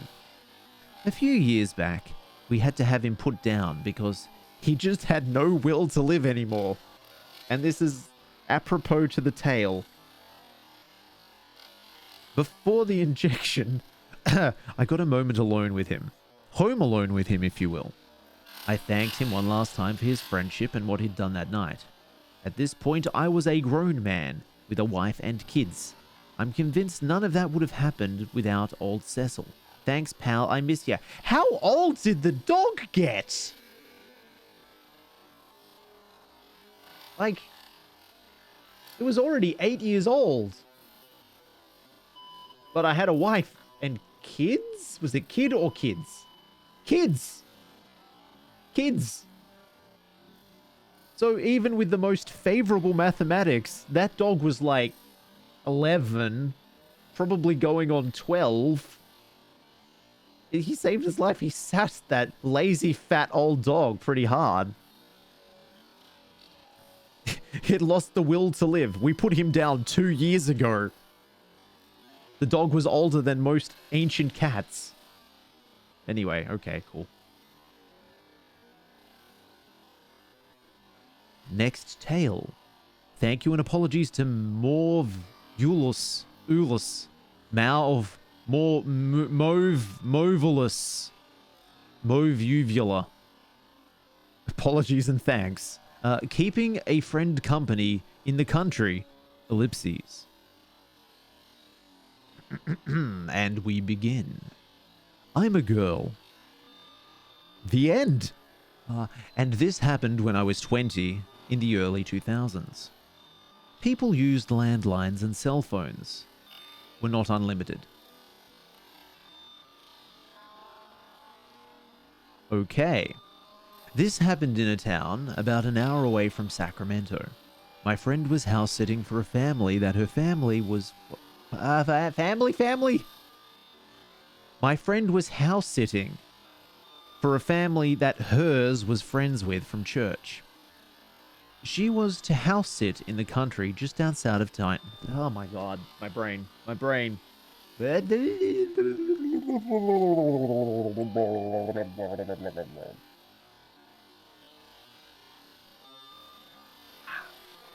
She was to house sit in the country just outside of town. How did I do it again? Outside of town. Outside of town. Outside of town. Outside of town. Just outside of town for a week. They had animals like cats, rabbits, a donkey, and horse. The family also had dogs too, but the family took the dogs with them. My friend was in charge of feeding the animals and watching the place. She didn't have to get the mail daily because they had this metal lockbox style mailbox down their long driveway. They didn't have any neighbors for miles, just fields of alfalfa, cattle, and corn. So I guess the lockbox was for safety? Towards the end of the week, she asked if I wanted to spend the night and keep her company. And I thought it sounded fun. I had moved out of my aunts and uncles and gotten my own apartment, so I told her I'd pick her up on the way there after I got out of work. We got there around 9:30 p.m., grabbing dinner on the way. We went into the barn first thing and fed the animals. It was late for their dinner, and they made their hunger known with their animal noises. We made sure they had water, then went inside. The house was this big ranch style. Single story. The living room was to the left as you walked into the home. There was a long hallway directly to the right of the entrance that led to where the bathroom and bedrooms were. Straight ahead was a dining area, and to the left of that was the kitchen entrance and a patio door. They did not have an open floor plan. In the kitchen, on the opposite side, was also a long hall that had several doors. My friend explained that the wife ran a daycare center out of the house. These rooms were play areas for the kids she took care of. We didn't bother going over there because we had no interest. We watched some TV, ate our leftovers, and talked about people we knew. Very important flavor. As it got later, she turned on the house alarm and said she didn't like sleeping in other people's beds. So she had been sleeping on the couch, then offered it to me. She would sleep on one of the two huge recliners that reclined so far back, it was almost flat. The chairs were really comfortable, so I said I'd take the chair. I went and laid back in my chair with my blanket. We turned off the TV and were talking for maybe 20 minutes in the dark when the motion sensor floodlight started shining through the window, lighting up the room. Now I really have no idea why people in the country think it's okay not to have curtains or blinds, because to me, that's insane. We both got quiet, and Amanda said, "Maybe it's one of the cats?" Then we heard gravel crunching, like a person walking across in the parking area outside. My chair was closest to the window, and I slid carefully down to the floor, clutching the stupid blanket for the whole time. The floodlight timed out, and my friend slid to the floor too. We laid on our stomachs in the dark, not knowing what to do for a minute, when we heard a loud bang, and all of a sudden the house alarm started blaring, and the floodlights turned on again. It was so loud we covered our ears, and I started to panic. I swear I have never been so close to peeing my pants in my life. I began crawling towards the keypad for the security, because I've seen the commercials. There's a button you push, and a person responds to you in case of an emergency, or at least sends the police. The main screen says, Patio 1 of 2, open. Amanda starts to cry a little and hits the call assistance button on the pad, and nothing happens. There's no assistance. I ask her where the phone is, and she says there's a phone in the kitchen, and one in the parents' room down the hall. So, our choices are to go to the kitchen past the windows, and next to one of the patio doors, or go down the hall to the parents' room and use the phone there. I asked her where the other patio is, and she said it was in the daycare part of the house. It was an easy decision. We go inside the parents' room, and it's pitch black. I ask her where's the phone, and she says, I think we have to turn on the light. I really don't want to turn on a light, but have no choice. I don't have a flashlight, and I didn't bring my cell because I have limited minutes. It was a simpler time, and Amanda didn't even get her own cell until after this happened. She turns on the light, and we start looking around the room. Not only did these people not have curtains on any window, but they didn't even have closet doors. We see a golf club leaning against the wall by the bed. They probably have it instead of a baseball bat, which is what I had next to mine. We figure if we hit someone with it, it's gonna leave a mark. She grabs it, and we continue to search for the phone. Looking at the obvious places, we find a cordless phone stand minus the actual phone. The alarm is still raging. We have a light on, and the person who opened the patio door is bound to notice, is all I'm thinking at this point. She asks, should we use the locate phone buttons? I look at her and respond, Yeah, if you want some strange guy coming in here with it and asking us if we were looking for something. I'm getting mad that I'm scared and in this situation. Standing there knowing we have to go to the kitchen, the house alarm stops. It gets country quiet. If you've lived in the country, you know what I'm talking about. There isn't another golf club for me to grab. So I make her go out first, flipping every light on and keeping the doors we pass in the hall closed. We double check the security panel, and it still says patio open. Hit call button and it still doesn't work. Double checking the front door is locked. We start for the kitchen. I tell her we have to check the patio near the kitchen, and I grab a big knife that wasn't even close to being sharp from the kitchen. We check the patio door near the kitchen, and it's locked. We turn on all the lights and grab the phone and dial 911.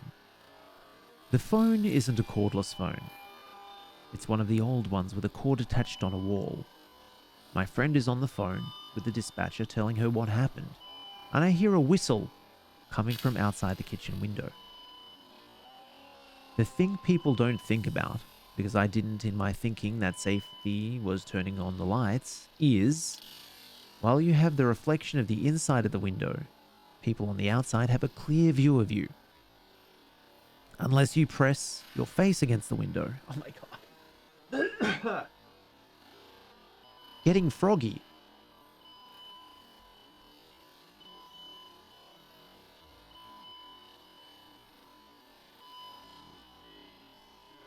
I hear the whistle again. It sounds like someone is trying to get someone else's attention kind of whistle. But I don't see anything outside. I'm not pressing my face to the window to see if I'm the person they're whistling for. I am now just not using that voice because clearly I'm going to keep coughing if I do. So sorry, it's going to be a little less spooky, but you will be able to understand it and I won't croak. My friend is still talking to the dispatcher and is crying and saying she doesn't have the address to the house. She hands me the phone and I say, "Hello?" The dispatch lady, who sounds annoyed, tells me she needs an address to send the police to. I ask that she trace the call and she says something like, "You are house sitting and you don't even know where you're at." Scared, angry, and overwhelmed, I hand the phone back to Amanda and start looking for something with an address in the kitchen. I'm looking for in the junk drawer, on the counter, on the refrigerator, fully keeping an eye down the hall that has the daycare rooms, knowing that on the other side of one of those doors is a patio door that was opened. Amanda tells the lady that she doesn't pick up the mail because of their lockbox, and then a few seconds later removes the phone from her ear and stares at me with a blank face. I ask her if they're tracing the call because I cannot find anything with an address. Amanda says low, she said, "I hope the police find you in time," and hung up the phone. I was so scared and angry at the same time. We knew that there was people outside. We knew that the patio door to the daycare area was opened. We did not know what to do. We stood in the kitchen silent for what seemed like forever, but was probably 1 minute. I picked up the phone and dialed 411. I told Amanda that they would have the number to the police department.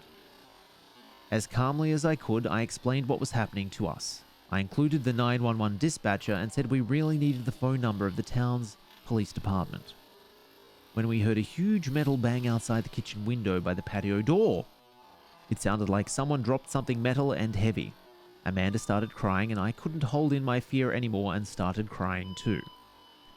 Whoever was outside was going to break open that patio door is what I'm thinking. The 411 operator said they were connecting us and would stay on the line with us after getting pissed at the 911 dispatcher on our behalf. A police officer answered the phone, and the 411 operator started explaining what was happening to the police. Then they were asked to disconnect once we had an established connection. The police asked a few questions, and we heard the whistle again outside, and floodlights all around the house turned on again. I was too scared to look outside, and we had never turned on the patio light because we had to walk across the patio window to get to the switch. We told the policeman on the phone about the whistle, and he said that there should be several policemen showing up shortly and to stay on the phone. We were outside the town limits and knew it might take a few minutes.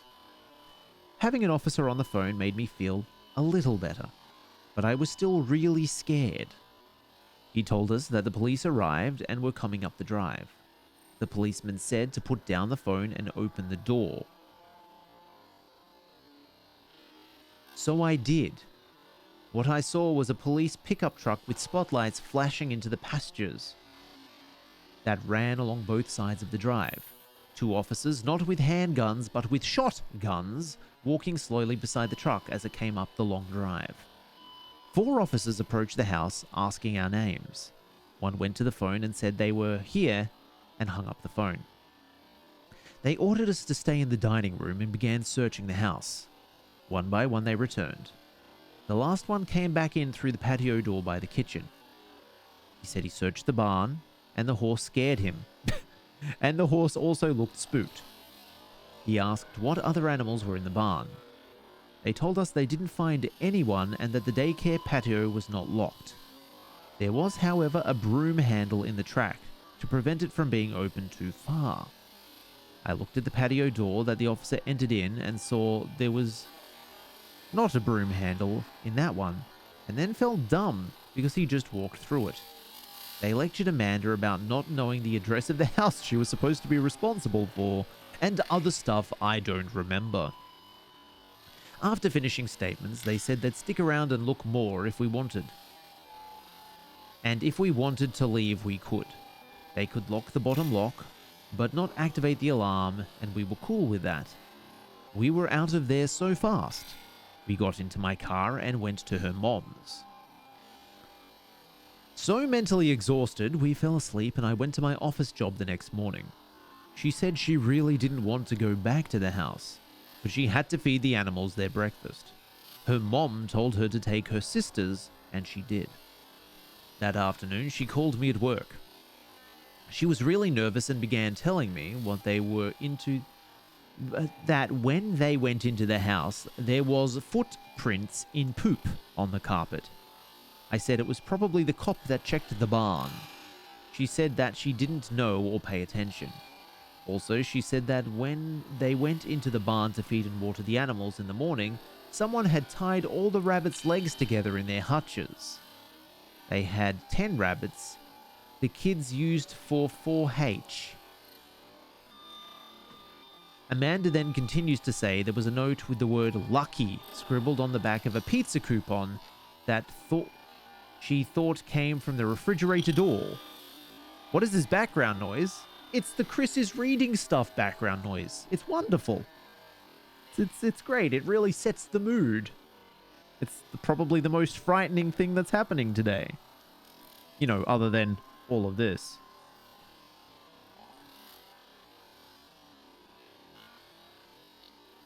A pizza coupon she thought came from the refrigerator door because the flyer was missing a coupon. It sounds like a 0.25 speed video is playing. It is because it's a 0.25 video playing, but it makes a wonderful din.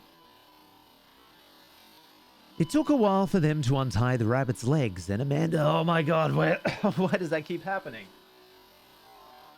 Sorry, I need a beverage.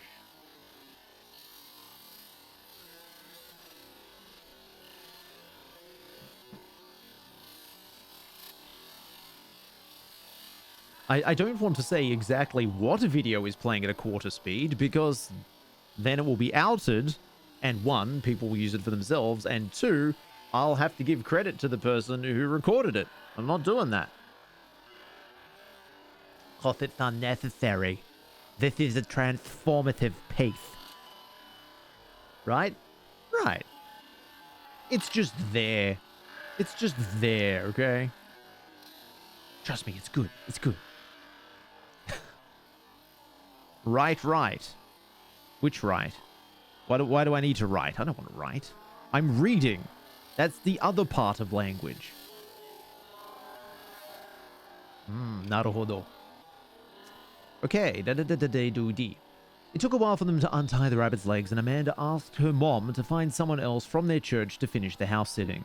She wasn't going back. She also told the officer what she came back to, but no one was ever caught and the police never called either of us to update us.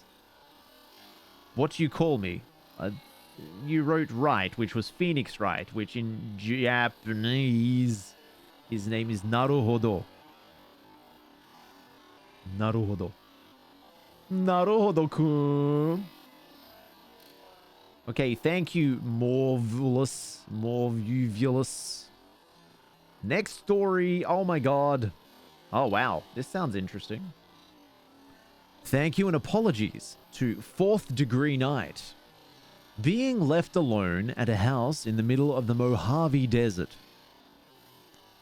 Back in 1992, I was in high school and oh my god, what is wrong with my throat? It's almost like streaming for 8 days straight is having a deleterious effect on my throat. Who'd have thought? This might have been an incorrect choice. I probably should have just played Watermelon Game or something, right? Damn. Oh well, I guess I'll try to talk more normally then. Yeah, more normal talk. It's becoming less and less spooky and it's just going to be conversational English. Back around 1992, I was in high school. At that time, I was a sophomore. That's right, that's one of those weird American things, isn't it? I was a sophomore, and unlike most of my friends in school, I didn't work the typical high school jobs like Mickey D's, Taco B's, some retail skis in the mall, or work at the local grocery store. I was very good with my hands and worked jobs like construction, demolition, flooring, and auto mechanics. Do you have to be good with your hands to work demolitions? Also, a child working what's the sophomore? Is that a second-year high school student? So they're like, what? 16? I'm 16 and working demolitions. Okay. Oh wait, sorry, this is a real story that truly happened. All of my contacts I worked under the table as I started working some of these jobs at 14. It was beneficial for both of us, as I was only called in when needed, and I was the guy willing to work evenings and weekends. One of my contacts worked doing remodeling projects like restaurants, bars, retail shops, and typical commercial projects that we could only work after hours. Like I said, that worked out for both of us, because I went to school and would sometimes work after school or weekends. For this one contact, it wasn't uncommon for him to leave me alone at a site and have a list of things for me to do alone, mostly demolition work. Again, I did this while other crew was doing the installation or remodeling work. I was the kid, but had their respect because I did what I was supposed to do and did not work of a man without complaints.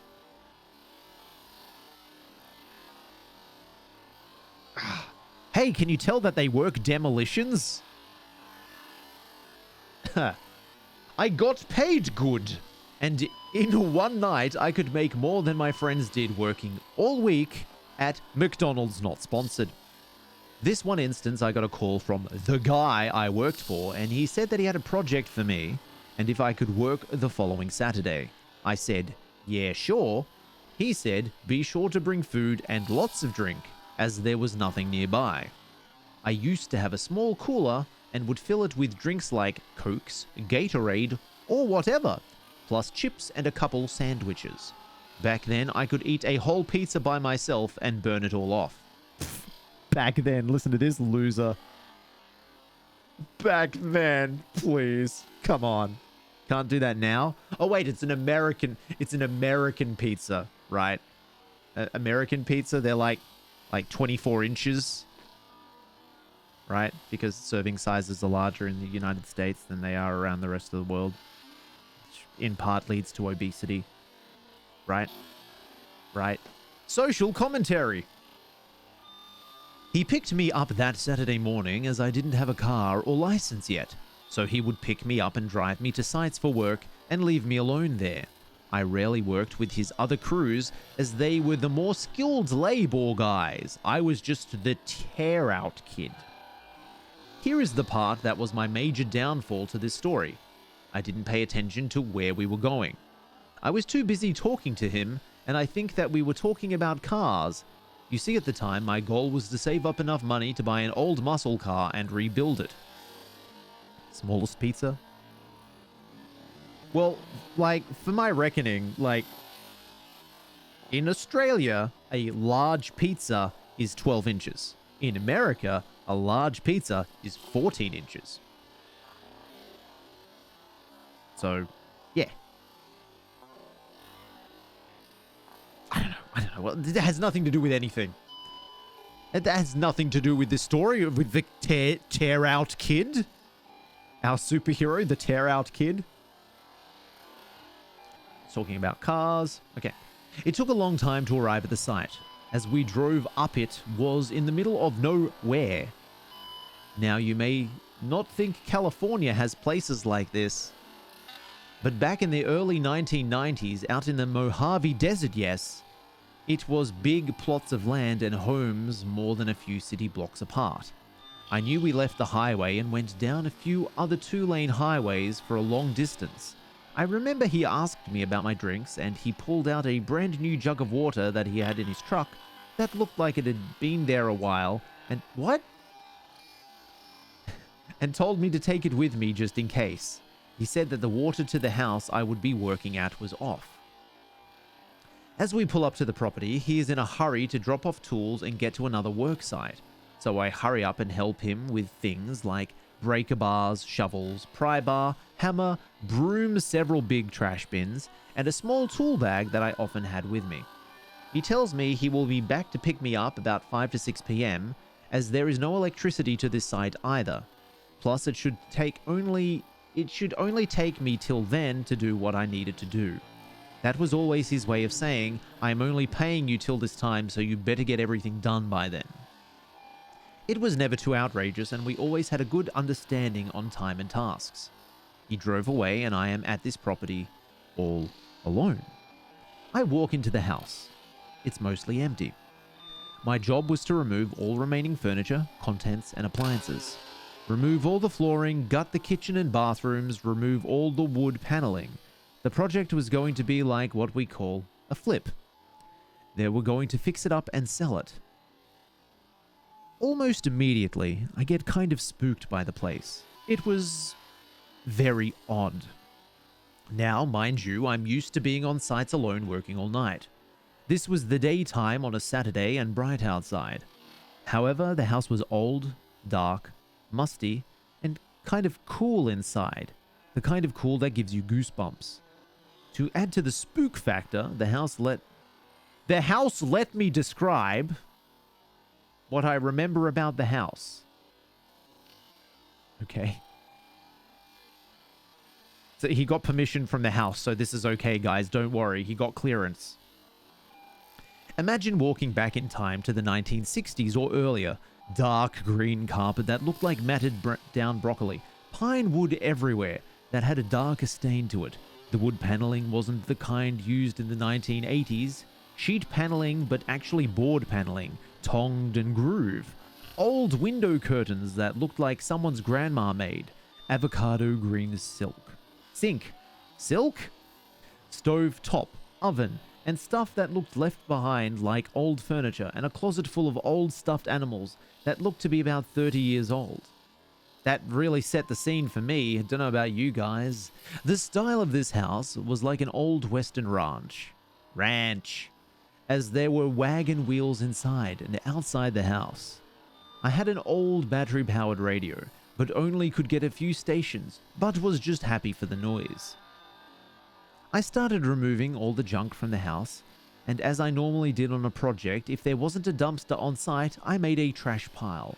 I tore up all the floor next. To my delight, everything seemed to come up with ease, and it was rip, cut, and toss.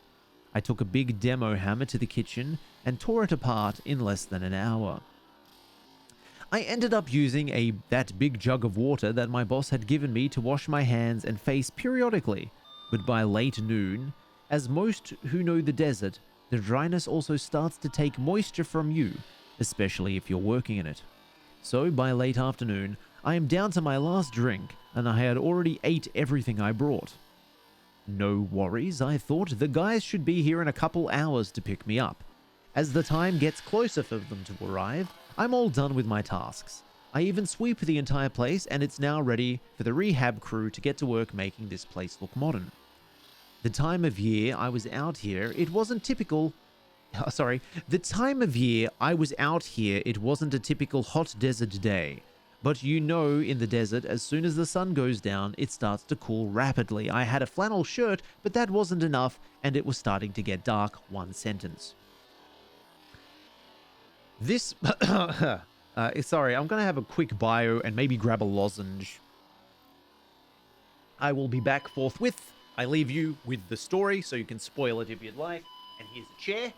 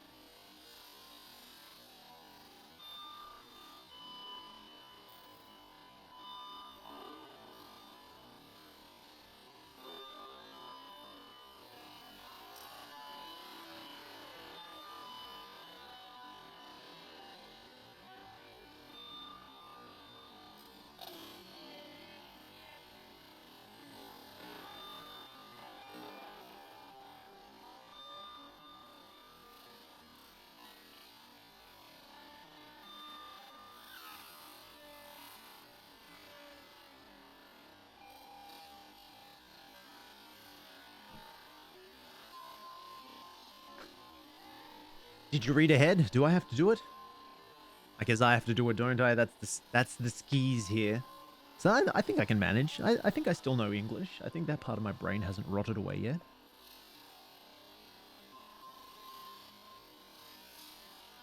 Okay. This was the time before cell phones were common and, well, there was no electricity, water, and phone service to the house. I climbed up to get on top of the roof of the house to get a better look, to see if I could see something in the distance. And what looked like miles down, I saw a smaller road that this dirt road led to, and a few homes, but those homes were all in the dark. My first thought was to hike down to a neighbor's house and ask them to use the phone. The nearest house, no one was home, and this home also looked abandoned. If you remember, the early 90s was the start of a decline of the economy and recession, so it wasn't uncommon for a lot of foreclosed homes in a tract of homes. A lot of those I worked on at that time. I started to think about my options as darkness fast approached. One was to stay in the house until morning, to hike with what little water I had a few miles in the dark Mojave night. Wait, what?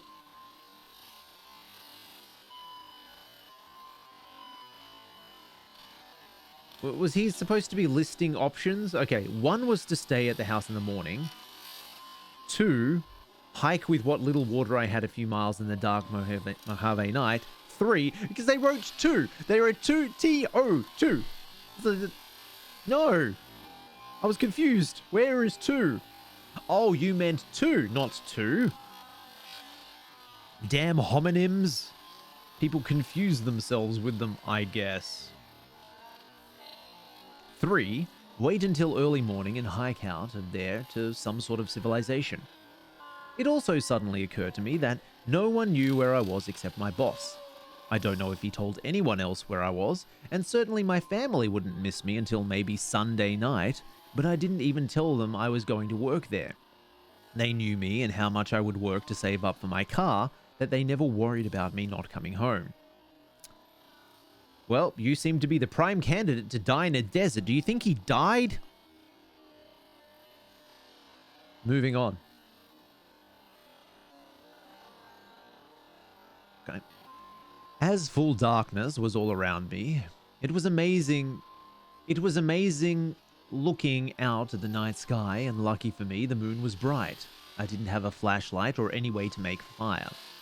Even though I tried, I was going to make a small bonfire out of broken up construction debris as the temperatures started to fall, probably down to the low 40s. Oof, that's really hot. My only option was to go back inside the empty, creepy house that somehow seemed even more creepy sitting alone in the dark.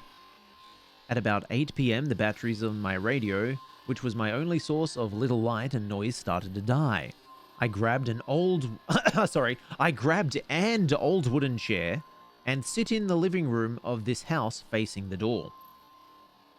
I am starting to hear wind, odd noises which I assume are animals in the distance, and what sounds like leaves cracking under feet.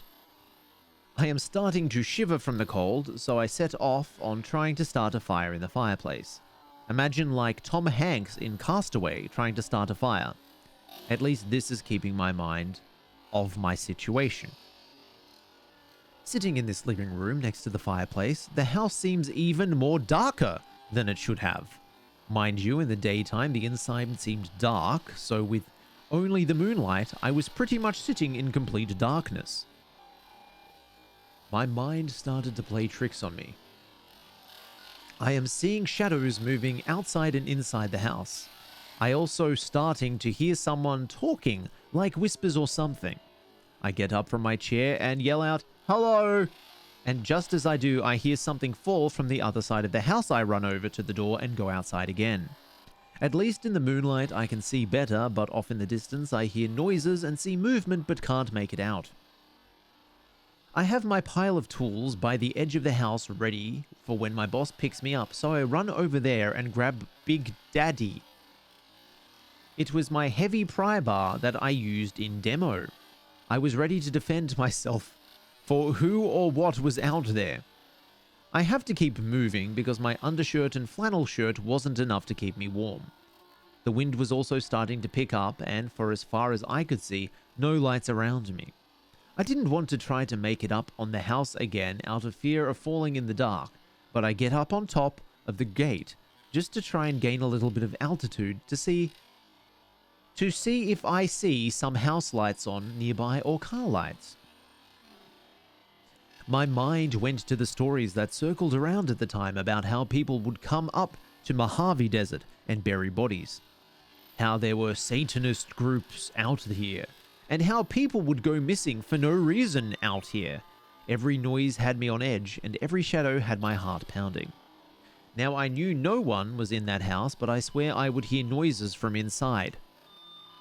You mean inside a house you just gutted that got blasted by the heat from the Mojave Desert and then got cooled rapidly? That house is making noises? I can't imagine why. Okay, I huddled up on the front porch looking in the living room window, expecting to see someone at any moment. By around 11 p.m. I look at my watch thinking this is going to be a long night, as all this stuff only happened since it got dark.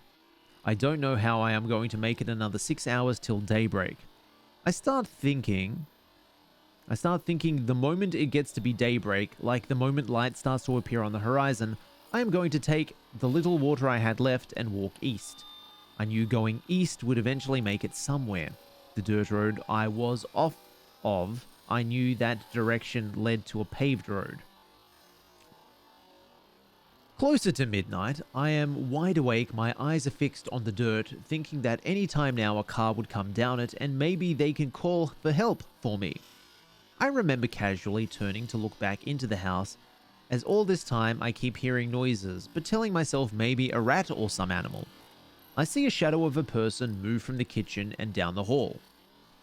I jump up from sitting down and was like, that is not an animal, that is a human. I start backing my way out of the porch toward the pile and trip over debris and fall down on the ground. I get up but fall again. Was like something pushed me down or my imagination, but all of a sudden these bright lights are coming closer to me as I am laying on the ground. I jump up and it's my boss. He is looking at me like, "What the heck are you doing?" I was so glad to see him, I wasn't mad or anything, just asked him what happened. He said that he was sorry, but he thought the other crew was coming to get me and they thought that he was coming. So no one actually came, he said. It wasn't until later in the evening he asked the other crew leader about how far I got that he said I didn't go get him. Well, it took him almost 2 hours from where they were working to come get me. He felt really bad and told me he was going to pay me for the entire time I was out here. He also grabbed a can of Coke from his cooler and asked me if I was thirsty, and I drank that all in one gulp. Once he got back towards civilization, he went through a fast food drive-through, and I ate like I had never ate before. "You're really thirsty? Here, have a soda," well known for hydrating people. As he was driving me home, I asked him about the house. I told him how creepy it was. He said he didn't have any information on the house, only just what we were supposed to do. After that, I made sure to always keep extra batteries, flashlight, and double the amount of liquid. Now, I mean, I think a lot of all of this can be explained away easily. 1, child, clearly. 2, gutting a house creates an extremely liminal space. Now, we're all fans of liminal space by this point. There is something eerie and unworldly about a place that is common and known, but has been transformed by something or by some time. So you enter a school at night. You enter a house under construction. You enter a carnival off-season. These places feel unusual and they spook you. So this person was being spooked because they were in a house. I mean, I think the more appropriate thing is they were sort of left in the middle of the desert, and it's like, you're in the desert, who cares? You didn't even tell anyone where you were going because you're an idiot. Sorry, I mean, thank you. Thank you for this story. I won't say your name again. So, yeah. Didn't see your name, didn't see it. Okay. Moving on. Thank you and apologize to Salty Siren XO, or Serenxo. I don't know why it would be pronounced like that, but whatever. You do you. And this particular tale is called The First and Only Hitchhiker I Will Ever Pick Up. Well, yeah. So, last Friday, I, 25 female, had a little time to kill before picking my kids up from school. And it was a gorgeous day, so I decided to spend some time cruising some back roads in my hometown, small, rural, listening to music. I passed this guy with his thumb out trying to catch a ride, and I almost picked this guy up. He looked to be about late 30, early 40, carrying a fishing pole and a backpack. Pretty innocent looking, I guess, but see, I am a lone female and have been taught with hundreds of hitchhiker gone wrong stories that you should just keep driving. So I kept driving, and as I'm driving, I'm having this internal dialogue of guilt about my decision not to pick this guy up. You know, if I was hitchhiking, I'd hope someone would pick me up, and I mean, really, what's the worst thing that could happen? I say as my molested and disembodied corpse is thrown in a river. That, mixed with my new self-improvement goal of doing the things that scare me as often as possible, led me to the conclusion that I am going to win a Darwin Award. Sorry, I mean that if when I looped back around he was still walking, I would pick him up. Sure enough, about 10 minutes later, he was still there. I was feeling a little nervous pulling over getting him, but what was I going to do? Peel out while he was trying to get in my vehicle? As soon as he gets in, I realize I have probably made a horrible mistake. 1, because he seemed like he was tweaking balls and smelled god-awful. 2, because this dude was looking at me like I was a feast and he was starved. I didn't realize exactly how rattled I was with my decision until he asked me for a smoke, and my hands were shaking so badly I barely pulled one out of my pack without breaking it. Driving made it easier to hide my nerves, but I was internally freaking out and trying to decide how I would beat this guy's ass if he tried anything. His name was Wayne, and he lived about 5 mins from where I picked him up. Meanwhile, he's telling me how he lost his license due to DUIs and how he is living in this house with an old man. He tried to get him to come with him, but he didn't want to come, etc.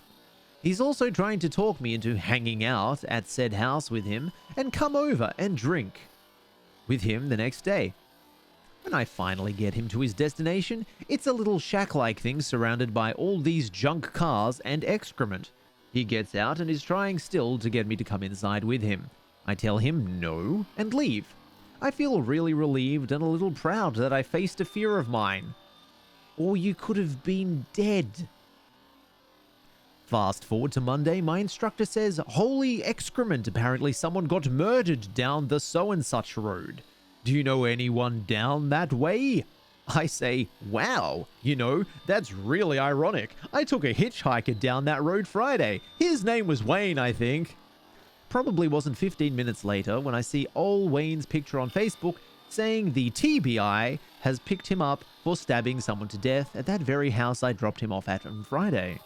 Graphic information about how he stabbed him in the lungs and the victim bled out in that little shack. And the old man he was living with doesn't even exist. I swear, I'll never pick up another hitchhiker in my life. Ho ho ho, ha ha ha. Ugh. TLDR, why would you have a TLDR line there? Why is somebody clicking on a story on Reddit to not read the story? What? That's ridiculous. No, I refuse to read your TLDR.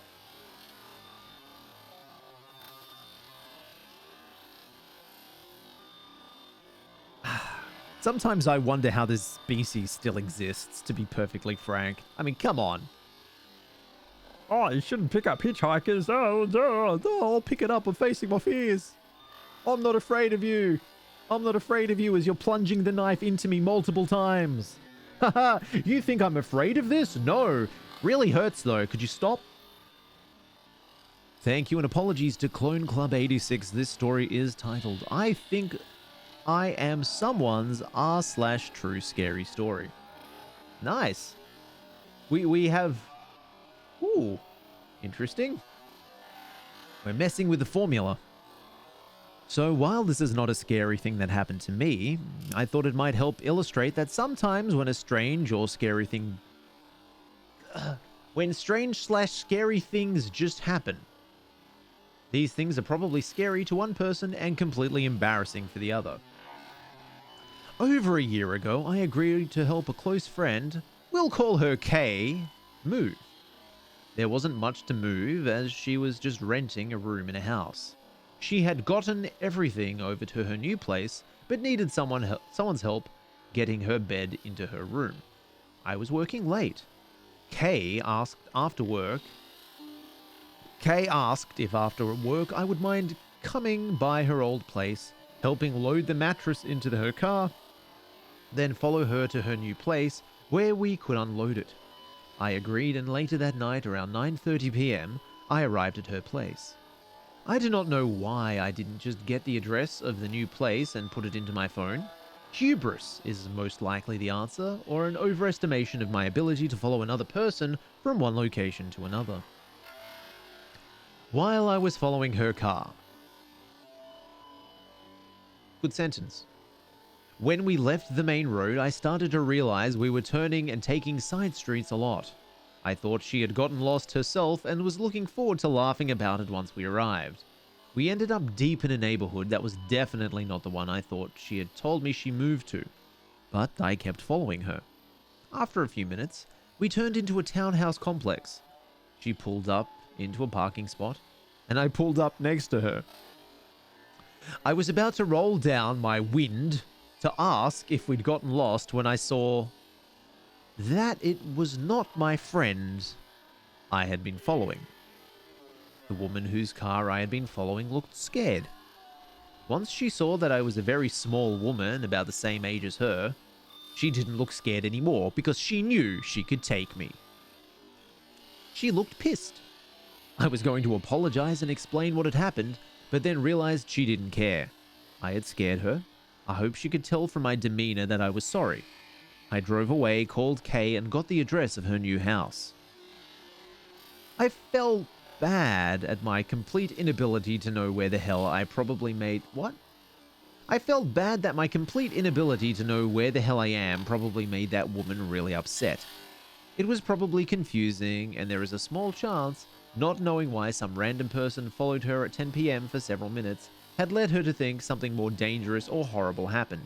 In reality, it was just me. A person with no sense of direction just mistook her car for someone else's. I have never seen anything on here that resembles this story, but from her POV. If you were this person, I am so sorry. I was and am very embarrassed. I know that we all have our own histories, and for some people, getting followed could have been very upsetting. I really hope this was not the case, but I do hope you got a story you could tell people out of it. I know I did. Now, I might not be the sharpest tool in the shed, but if I was a lady and I was terrified I was being followed and they pulled me into my residence beside me, I'd probably re-engage my engine and drive to a police station. Right? Right? I wouldn't drive home. There's a very good chance that you didn't drive home, but don't just drive to some random group of townhouses. Drive to the authorities, drive to a hospital, drive to a 7-Eleven, drive to something that's open, and then not get killed. Not get hitchhiked, right? Seems pretty sensible to me. Oh, there Chris goes again, victim shaming. Oh god, it's a Minecraft story. Thank you, DJ Buffoon. Hey! Oh wait, no, I'm Chris, and this is DJ Paradroid, the channel, but I'm Chris, so I don't have to be offended by that, right? Thank you, and apologies, DJ Buffoon.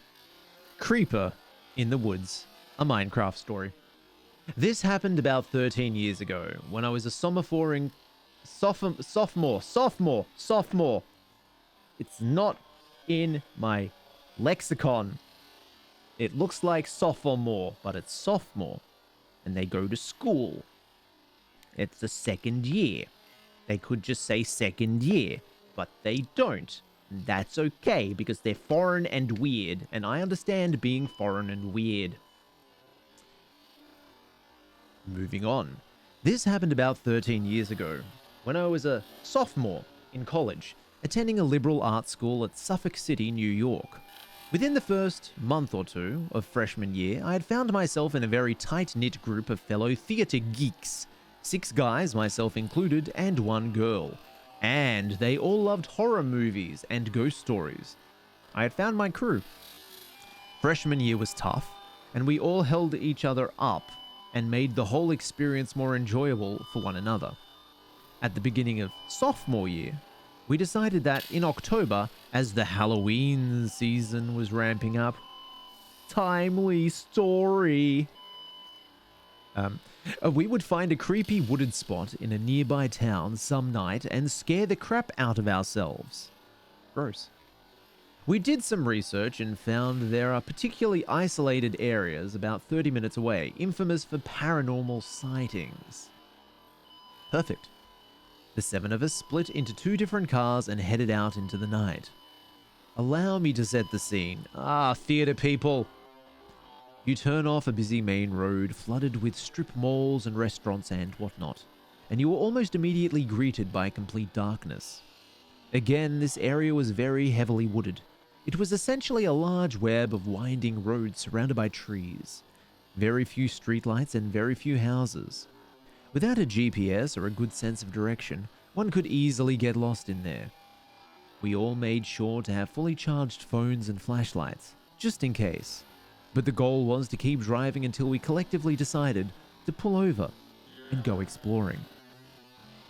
So, per the directions, we made a left onto the main road, driving for 30 minutes or so into this dark network, picking directions at random, just getting intentionally lost.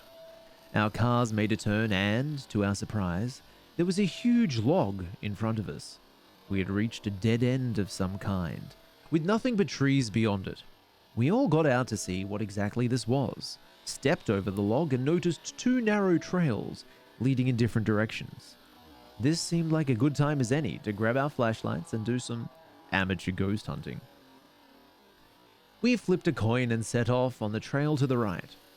The trail was so narrow that we had to walk single file to avoid getting whacked by branches. For whatever reason, I ended up in the back. I'm usually pretty rational and level-headed, but I have to say, the further we went in, the more I was overcome with an uneasy feeling. I kept hearing sounds deep in the forest, by which I mean woods, unable to shake the feeling we were being watched. But I seemed to be the only one who heard these things, so I shrugged it off as my imagination. And, in any case, the whole point of us being here was to get scared. Not to mention the fact that we were 7 able-bodied college students. What would we come across that could take us down? It's Halloween, you're college kids, any slasher villain in existence? That's kind of what they're designed to do. We headed down this trail for about 20 minutes, and just when I thought it would never end, we came to a massive clearing. And I mean, massive. It was a large open field of unkempt grass, comparable in scope to a golf course, but not nearly as well manicured. Trees surrounding the entire field, which was so large we could not see the end of it from where we were standing. I was thrilled to get out of that narrow trail, but now I don't think any of us were expecting to find an area so vast. One of us looked to the right and said, "Hey, check that out." We all turned, and there was an old, dilapidated house several hundred yards away. The house was completely dark, with no cars or signs of anyone actually living there. We walked over and shined our flashlights at it, and sure enough, the windows and doors were all boarded up. I managed to peer between the boards on one of the windows, and what I could see was an old white couch covered in plastic, but an otherwise empty room. Whoever used to live here, they were long gone. Because there was no way in, and because we all felt sufficiently creeped out by the house anyway, we decided to walk closer to the trail we had come in from, have a seat in the field, and figure out where to go next. We walked towards the narrow trail, but before we could sit, my friend Mark stopped what he was doing. His expression dropped, and he pointed. We all turned, and on the very far side of the field, directly across from where we had come in, we could see someone tall, lanky, and pale dancing among the trees. And by dancing, I mean it was skipping around, grabbing a tree, swinging around it, and doing the same to another tree. Basically a do-si-do. The moon was so bright and the woods so dark, it actually took a second for us to really understand what we were looking at. Jay, the 6'4" skeptic of the group, wasn't seeing it. I leaned into him, pointed in the direction, and said, "Jay, look where I'm pointing. Don't you see it?" He squinted a bit, and the second he saw it, he gasped with everything he had, clutched my arm, and whispered, "What the fuck is that?" What happened next sent shockwaves through us all. Whoever this was, they stopped dancing, looked in our direction, and started charging straight at us. Without even thinking, we freaked and ran back to the trail. Yet again, Jay was the only one who didn't see what was happening. He shouted after us, "Guys, what is it? Where are you going?" About 15 seconds of running like hell, After about 15 seconds of running like hell, I heard Jay scream, "Holy shit!" I looked back and saw his flashlight following the rest of us into the trail. While the walk in the woods took about 20 minutes, we make it back to our cars, hop in, and we're peeling away in closer to 5. Once we're safe distance, we pull over, get out, and check in with each other about what had just happened. My heart was pounding, and I know everyone else was feeling the same way. Nearly 15 years later, we're all still friends, living in different states, yet keeping in touch through marriages, divorces, children, etc. But occasionally, out of the blue, one of us will send a group text to the others with something to the effect of, "The woods. That really happened, right?" It most certainly did.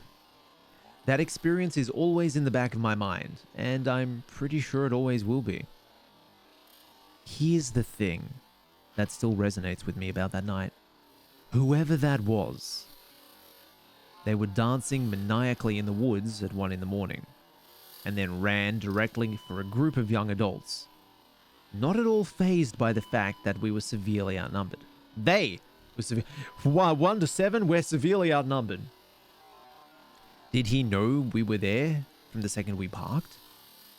What was the sound I kept hearing when we walked the trail? Whatever the case may be, when he came for us that night, you can be sure none of us wanted to stick around to see what he was truly capable of. He would have just started do-si-doing around them, right? From one to the next to one to the next. Frightening, terrifying, in fact. Imagine being touched. Okay, back. They're all still reasonably solid, so I'll keep plodding through. I might read a couple more. As I said, this was an emergency stream. It's very easy to just pick a subreddit at random and just grab it and go, this. My download didn't finish. I guess I'll read these. I'll let someone else do all the heavy lifting. Why not?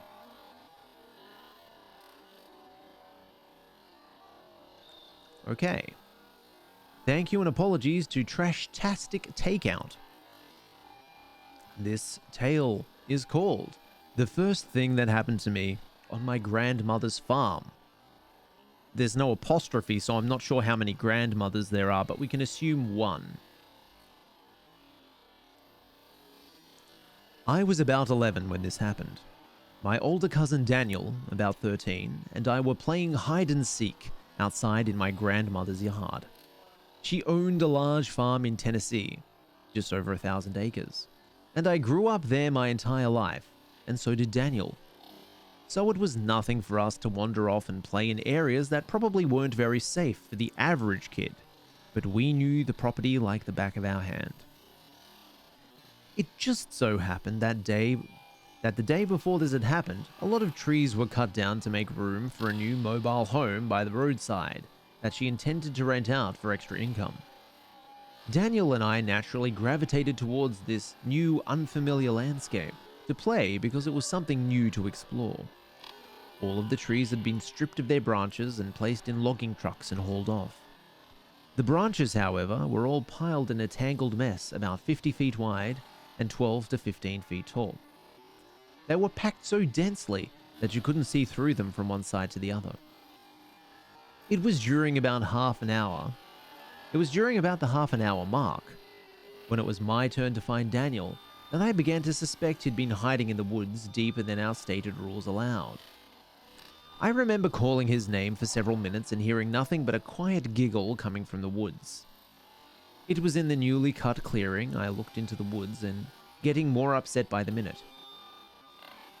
I announced as loudly as I could that if he wasn't going to play fairly, then I was going to go in and get a glass of tea and watch television with Grandma.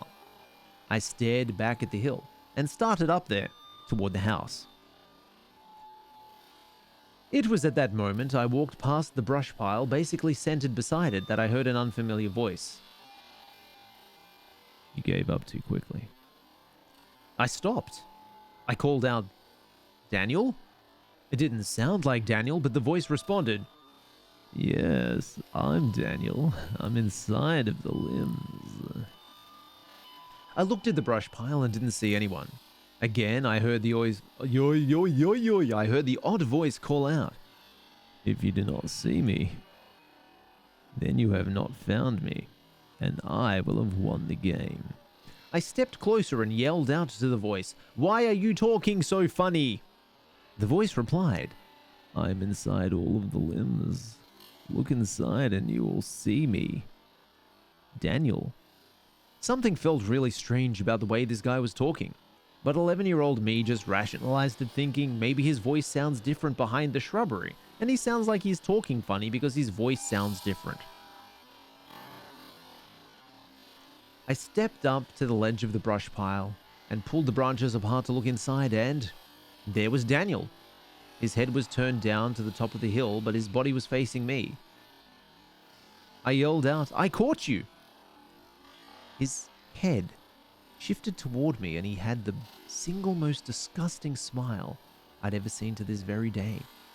Imagine if someone has the absolute worst of intentions, and they're trying to hide behind a fake innocent smile to gain your trust, but they couldn't help their glee with the thought that they may have fooled you. That's the best way I can describe the smile. I was so shocked by this wicked facial expression on my cousin's face that I froze in place. The hairs on the back of my neck and arms all raised, and I could suddenly feel my blood running through my body like the temperature had dropped inside my veins. I stammered through my words, "How did you get in there?" He responded, I fell into the inside of the limbs, cousin. I need you to give me help, or I will continue to be trapped. I didn't notice this time how oddly he phrased his sentences, and it only occurred to me afterwards that his lips were not moving when he spoke. He never changed his face from the twisted, unnerving smile. I didn't immediately notice any of these things, because I was too distracted by the large stick that was plunged deeply into the side of his neck. I noticed in that moment that he had a slow, steady trickling stream of blood flowing from the half-dollar-sized stick in his neck and down across his right shoulder and down his chest. That was enough to jolt me to my feet. That was enough to jolt my feet awake, and before my brain realized I was trying to run, I was already halfway up the hill to my grandmother's house.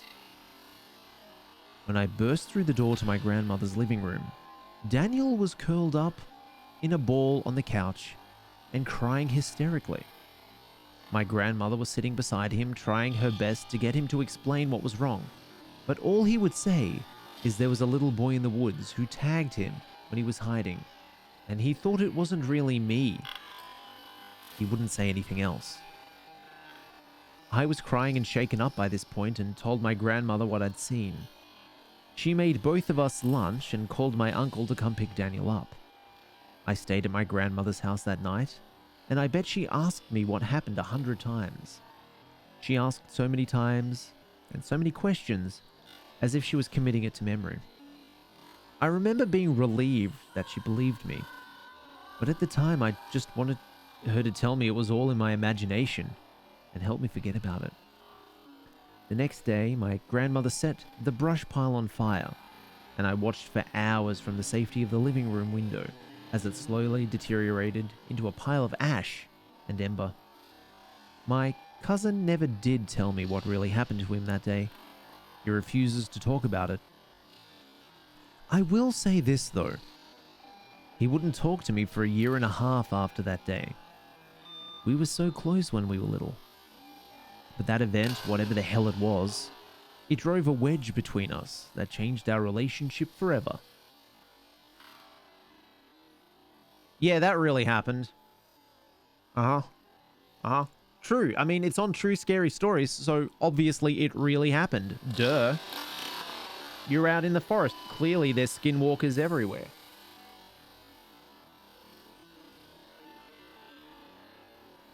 Cute story, though. And this time we have Rue TC to thank. Thank you. For the biggest friggin' title of the day. You win! Congratulations. Are we going to need a story after this, or have you given us all the information we need? Let's rip this band-aid off and find out. I just went into the murder-suicide house on my street. Great. Nothing had been touched since the bodies were removed nearly a year ago. Not even the mattress where the bodies sat decomposing for 6 weeks. And I did this to myself. Most of the neighbors on our street are friendly. We look out for each other, we text, chat, and say hello when we see each other, etc. It's a sweet feeling of community. In the past, there had only been one household that wasn't interested in being friendly with any of us. An elderly woman, mid-70s, we'll call her Maud, and her son, mid-50s, we'll call him Don. We'd, my parents and I, attempt to wave and say hello, only to be met with cold stares. Once, my dog managed to slip out of his collar and run through their yard while Maud was getting the mail. The glare I received from her while trying to catch the dog left me with a feeling hard to shake. You know that unexpected gut punch feeling when you became the object of a stranger's misery and hatred? Anyway, we learned quickly to stay out of her way. We barely ever saw Don. The blinds were always closed tight. They rarely left the house, and no one ever visited. I last saw either of them at the beginning of August in 2021. Don was getting the mail while wearing blue latex gloves. I thought it was weird. In early October, one of our neighbors reached out and asked if we'd seen Maud or Don recently. We had not. Suddenly, we were all too aware that their grass was over 3 feet tall, and their mailbox was so full that it couldn't close anymore, and papers were spilling out into the street. Obviously, a welfare check was called. The neighbor who had put herself in charge of directly communicating with the police called shortly after to check and told us to sit down. Maud and Don were both dead. Oh, sorry everyone, sorry, my bad. Maud and Don were both death and had been dead for 6 to 8 weeks. It appeared to be a murder-suicide, the assumption being that he'd killed her. I paced the rest of the day in front of my living room windows, watching the crime scene van pull up, the officers in and out of the front doors, taking breaks to somberly chat in the front yard. And then, after a few hours, out came the body bags. The smell was something I had never experienced before and will never forget. The following weeks, I thought of how many times I had walked by that house with my son and dog while 2 bodies had sat rotting. I stayed up for hours a few nights trying to find out anything I could. Nothing. No news stories, crime reports, nothing. So I dug into Maud's history. All I could find that she had been buried in a field north of town dedicated to the unclaimed. I kept a close watch on the house and researched the legal proceedings it would go through since there were no kin. Looking at that house had always felt cold and sad before, but now it felt dark too. Haunted. I became obsessed with Maud's story, with no way of getting answers. Her house just staring back at me, blankly, every single day. Back in the spring, my young son and I were out catching fireflies. We would stand still waiting for one to blink and run in that direction. It took us up and down the street multiple times. I know this is such a small, silly detail, but that night I stared into Maud's yard for minutes at a time, wanting to see a firefly, and I swear not a single firefly blinked over there. I became so bothered by it that I stared longer, sure that if I just stared long enough I would see one. But nothing. Complete stillness and darkness. I told my husband that I hoped someone would buy the property and knock the house down. No one had any business living there now. Today, around a year after they died, the doors were open and people I hadn't seen before were in and out, carrying bag after bag of what looked like junk. I texted a neighbor and asked for intel. He said the house and all its belongings had been collectively sold and bought at an auction 2 weeks ago. These were the new owners, probably getting ready to flip the house.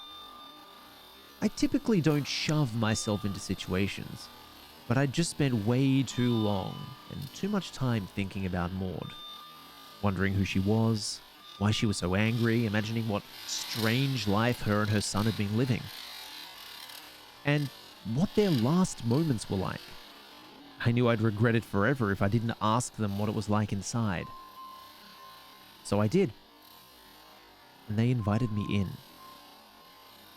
One step into the front door, and more puzzle pieces fell into place. This was a hoarder home. There was barely anywhere to put my feet. Stacks on stacks of old fine china, pots and pans, vintage books and records, knickknacks, and countless boxes filled with God knows what, from floor to the ceiling. The woman who had led me inside said, "The mattress where it happened is still here. Do you want to see it?" Slightly afraid that she'd think I was completely demented, but far more curious, I said that of course I wanted to see it. She led me to the bedroom through piles of leaning stacks of junk. She walked into a cramped, small bedroom with a twin-size bed and pulled the blanket back. If you've seen what decomposition stains look like, then you can imagine what I saw. After processing, I asked, "So, this is where Maud was found?" "I think they were both in here. I'm trying to piece it all together. I haven't even started the other corner bedroom, but I'm hoping it'll give some answers. I'll be here organizing and sorting over the next few days. You're welcome to join me if you'd like." I told her that I would love nothing more. So, after all these months, I am excited to have a chance to get some answers into everything I've been wondering, to get a sense of who Maud was, to possibly find a way to honor what seems to have been a very sad life, to maybe get some clues into why her son murdered her.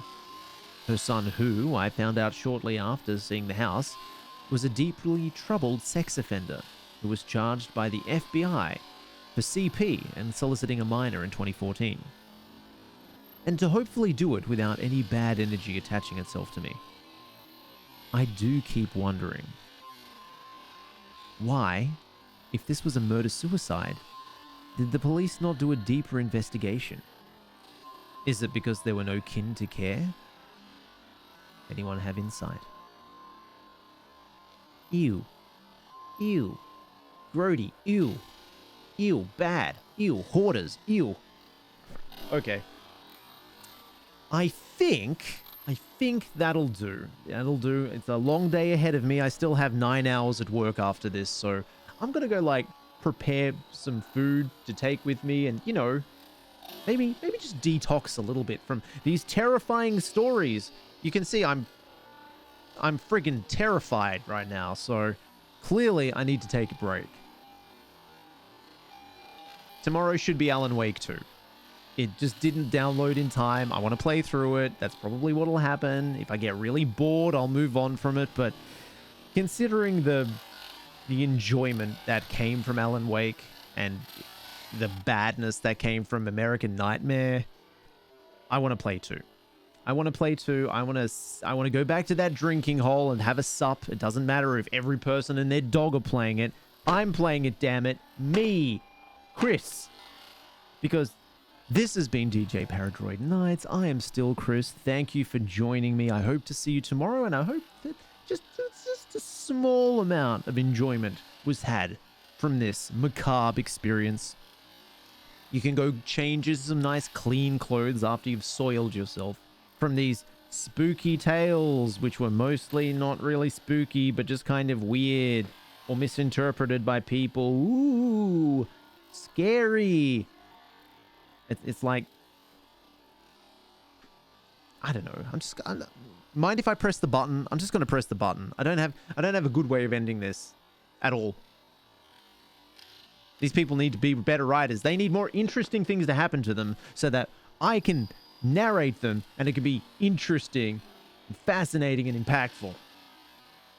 Right? It's not my fault. It's their fault. Clearly, it's their fault, not mine. Their fault.